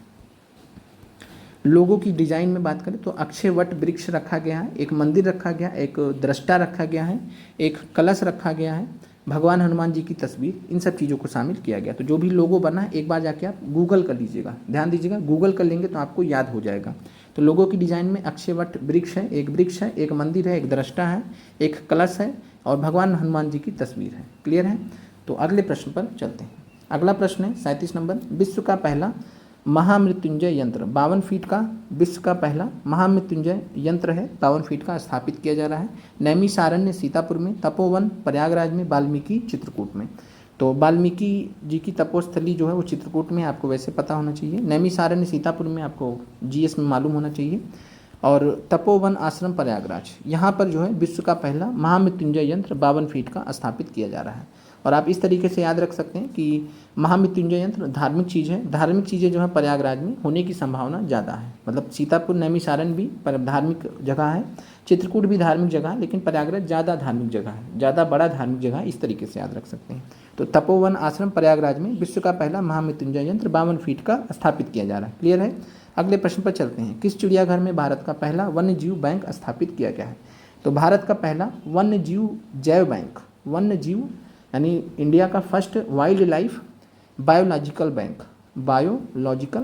तो जैव बैंक कहाँ पर स्थापित किया जा रहा है? तो वंडलूर चिड़ियाघर चेन्नई की बात करें तो ये भारत का सबसे बड़ा चिड़ियाघर है, भारत का सबसे बड़ा चिड़ियाघर है। इसके अलावा अलीपुर जो चिड़ियाघर है वो कोलकाता पश्चिम बंगाल में स्थित है, ये आपको ध्यान होना चाहिए। Padmaja Naidu Himalayan zoological park Darjeeling में जो कि स्थित है, ये इसका राइट आंसर है। तो Padmaja Naidu Himalayan zoological park या पद्मजा नायडू हिमालयन चिड़ियाघर में जो कि दार्जिलिंग में स्थित है, भारत का पहला वन्य जीव जैव बैंक स्थापित किया जा रहा है। आप याद करने का आसान सा तरीका है कि जैव बैंक स्थापित करने के लिए ठंडी जगह चाहिए, और जो है जैव बैंक स्थापित करने के लिए ठंडी जगह चाहिए, और हिमालयन जो है दार्जिलिंग वाला क्षेत्र वो हिमालय के पास में स्थित है, तो इस तरीके से आप याद रख सकते हैं। पहाड़ी क्षेत्र में कह सकते हैं स्थित है, तो इस तरीके से आप याद रख सकते हैं। तो इसलिए यहाँ पर Padmaja Naidu Himalayan zoological park Darjeeling में भारत का पहला वन्य जीव बैंक जैव बैंक स्थापित करने किया गया है। अब यहाँ पर आप लोग में से तो बहुत सारे अभ्यर्थी होंगे जिनको लगता होगा कि दार्जिलिंग किस राज्य में स्थित होगा, तो दार्जिलिंग आप सभी को कन्फ्यूज़न नहीं होना चाहिए। दार्जिलिंग पश्चिम बंगाल में स्थित है। आप लोग को पता नहीं क्या मालूम होगा, नहीं मालूम होगा, लेकिन बता दें कि दार्जिलिंग जो है पश्चिम बंगाल राज्य का भाग है। इससे पहले हो सकता है आपका कुछ और जानकारी रहा हो, लेकिन इन सब चीज़ों को सही करके चला कीजिए, क्योंकि बहुत बेसिक चीज़ें कई बार आपसे गलत हो जाता है। जब आप गलत पढ़ते हैं तो गलत कर जाते हैं। तो ध्यान रखिएगा दार्जिलिंग कहाँ पर स्थित है, किस राज्य का भाग है, पश्चिम बंगाल राज्य का भाग है। अगले प्रश्न पर चलते हैं, सी इसका राइट आंसर है। 2 प्रश्न और बचे हैं। उत्तराखंड के बाद समान नागरिक संहिता यानी यूसीसी यूनिफॉर्म सिविल कोड को लागू करने वाला देश का दूसरा राज्य कौन सा बन जाएगा। तो उत्तराखंड वाला सवाल आपसे टीआरई में पूछा जा चुका है। 15 मार्च को पूछा गया था कि समान नागरिक संहिता लागू करने वाला देश का पहला राज्य कौन सा बना है। तो उसमें ऑप्शन था नहीं, तो जो है right answer none of these था, जब 15 मार्च में पूछा गया था। अब जो है दूसरा राज्य जो है जो कि बनने वाला है, अभी बना नहीं है, जो है अभी बना नहीं है, बन जाएगा आगे चलकर। तो ये भी करंट अफेयर्स में रहा है, और ये गुजरात है, मोदी जी का गुजरात। तो मोदी जी का उत्तराखंड देवभूमि में पहले लगाए हैं, अब जो है गुजरात में लगाने के पीछे लगे हुए हैं। तो यहाँ पर अगर हम बात करें तो गुजरात यहाँ पर आपका राइट आंसर है। इससे रिलेटेड जो इंपॉर्टेंट चीज़ें आपको ध्यान रखनी है, पहला राज्य कौन सा बना था, उत्तराखंड, ये आपको मालूम ही होगा सामान्यतः। उत्तराखंड में लागू हो चुका है पूरी तरीके से, गुजरात में लागू करने की तैयारी की जा रही है, तो गुजरात दूसरा राज्य बनेगा। अब गुजरात राज्य ने जो है राज्य में गुजरात सरकार ने राज्य में समान नागरिक संहिता को लागू करने के लिए, यूनिफॉर्म सिविल कोड को लागू करने के लिए एक नई समिति का गठन किया है। 5 सदस्यीय समिति है। अध्यक्षता कौन करी, आपसे पूछा जाएगा, करंट अफेयर्स में पूछा जाएगा। पूर्व न्यायाधीश justice Ranjana Prakash Desai. Current affairs में सारे प्रश्नों को इंक्लूड करना संभव नहीं होता है, तो यहाँ पर जो है सुप्रीम कोर्ट की पूर्व न्यायाधीश हैं जस्टिस रंजना प्रकाश देसाई। तो जस्टिस रंजना प्रकाश देसाई महिला हैं, और ये 5 सदस्यीय कमेटी की अध्यक्ष हैं। तो अगर आपसे पूछेगा कि जो है गुजरात राज्य में यूसीसी लागू करने के लिए जो ड्राफ्टिंग कमेटी बनाई गई है, ड्राफ्ट बनाने के लिए जो कमेटी या समिति बनाई गई, उसकी अध्यक्ष कौन है, तो न्यायाधीश हैं पूर्व न्यायाधीश सुप्रीम कोर्ट की justice Ranjana Prakash Desai. Right answer justice Ranjana Prakash Desai हैं। और इससे पहले उत्तराखंड में जो यूसीसी का मसौदा बना था, जो ड्राफ्ट बना था, उस समिति की भी अध्यक्षता कौन की थी, रंजना प्रकाश देसाई। तो याद करने में आसानी रहेगी। उत्तराखंड में भी इन्होंने ड्राफ्टिंग कमेटी की अध्यक्षता की थी। अब चूंकि उनको वहाँ से अनुभव है, एक्सपीरियंस है, वहाँ उन्होंने यूसीसी लागू करवा दिया। इनके जो भी इनकी समिति थी उसके माध्यम से यूसीसी उत्तराखंड में लागू कर दिया गया। तो जो जिसको अनुभव है लागू करने का, वही उसी को जो है गुजरात में लगा दिया कि जाइए आप वहाँ पर भी काम कीजिए। अभी गुजरात में भी रंजना प्रकाश देसाई काम करेंगी। क्लियर है। चलिए आखिरी प्रश्न आज का है, 76वें गणतंत्र दिवस 2025 के अवसर पर किस राज्य की झांकी को सर्वश्रेष्ठ झांकी का पुरस्कार मिला है। तो 76वें गणतंत्र दिवस 2025, पहला चीज़ तो है कि 76वां गणतंत्र दिवस मनाया गया है। अब 15 अगस्त भी आने वाला है, तो 15 अगस्त से भी रिलेटेड करंट अफेयर्स आपको देखने को मिलेंगे। अभी 76वें गणतंत्र दिवस पर चर्चा करते हैं। तो किस राज्य की झांकी को सर्वश्रेष्ठ झांकी का पुरस्कार मिला है। तो किस राज्य की झांकी को सर्वश्रेष्ठ झांकी का पुरस्कार मिला है, तो जब उत्तर प्रदेश राज्य में महाकुंभ मनाया गया है, आप ऐसे याद रख सकते हैं, जब उत्तर प्रदेश राज्य में महाकुंभ मनाया गया, तो महाकुंभ के आगे कोई टिक सकता है क्या, तो कोई नहीं टिक सकता है। तो उत्तर प्रदेश की झांकी को सर्वश्रेष्ठ राज्य झांकी का पुरस्कार मिला है, महाकुंभ इसका विषय था। तो उत्तर प्रदेश की झांकी महाकुंभ 2025, जो कि स्वर्णिम भारत विरासत और विकास के लिए प्रथम पुरस्कार मिला था। और जो है 76वें गणतंत्र दिवस का थीम क्या था, विषय क्या था, तो स्वर्णिम भारत विरासत और विकास। याद रखिएगा, स्वर्णिम भारत विरासत और विकास 76वें गणतंत्र दिवस का थीम था। बाकी इसके अलावा हमने करंट अफेयर्स में डिटेल में चर्चा किया है 76वें गणतंत्र दिवस के बारे में। और अगर हम बात करें तो 76वें गणतंत्र दिवस के अवसर पर जो है कौन जो है मुख्य अतिथि कौन थे, तो मुख्य अतिथि कमेंट कर दीजिएगा आप कि 76वें गणतंत्र दिवस के अवसर पर। ये आपका प्रश्न है, जो हम एक प्रश्न हर बार छोड़े जाते हैं, तो अभी छोड़ देते हैं, क्या ही बताएं, आप लोग खुद से कमेंट कीजिए। 76वें गणतंत्र दिवस 2025 के अवसर पर जो है मुख्य अतिथि के रूप में कौन आए थे। चलिए मिलते हैं आप लोगों से अगले वीडियो में। और अगला वीडियो जो आपका आएगा मॉडर्न हिस्ट्री का आएगा। और मॉडर्न हिस्ट्री की अगर हम बात करें तो मॉडर्न हिस्ट्री में आपका जो सवाल पूछा जाएगा वो 1857 की क्रांति से पूछा जाएगा।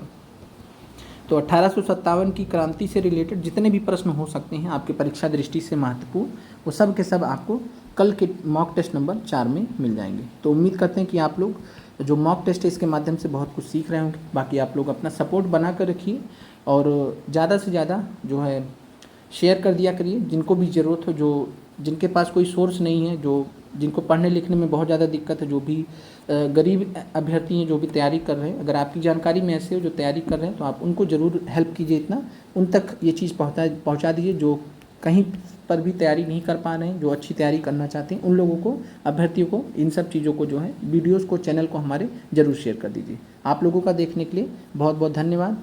मिलते हैं आप लोगों से अगले वीडियो में।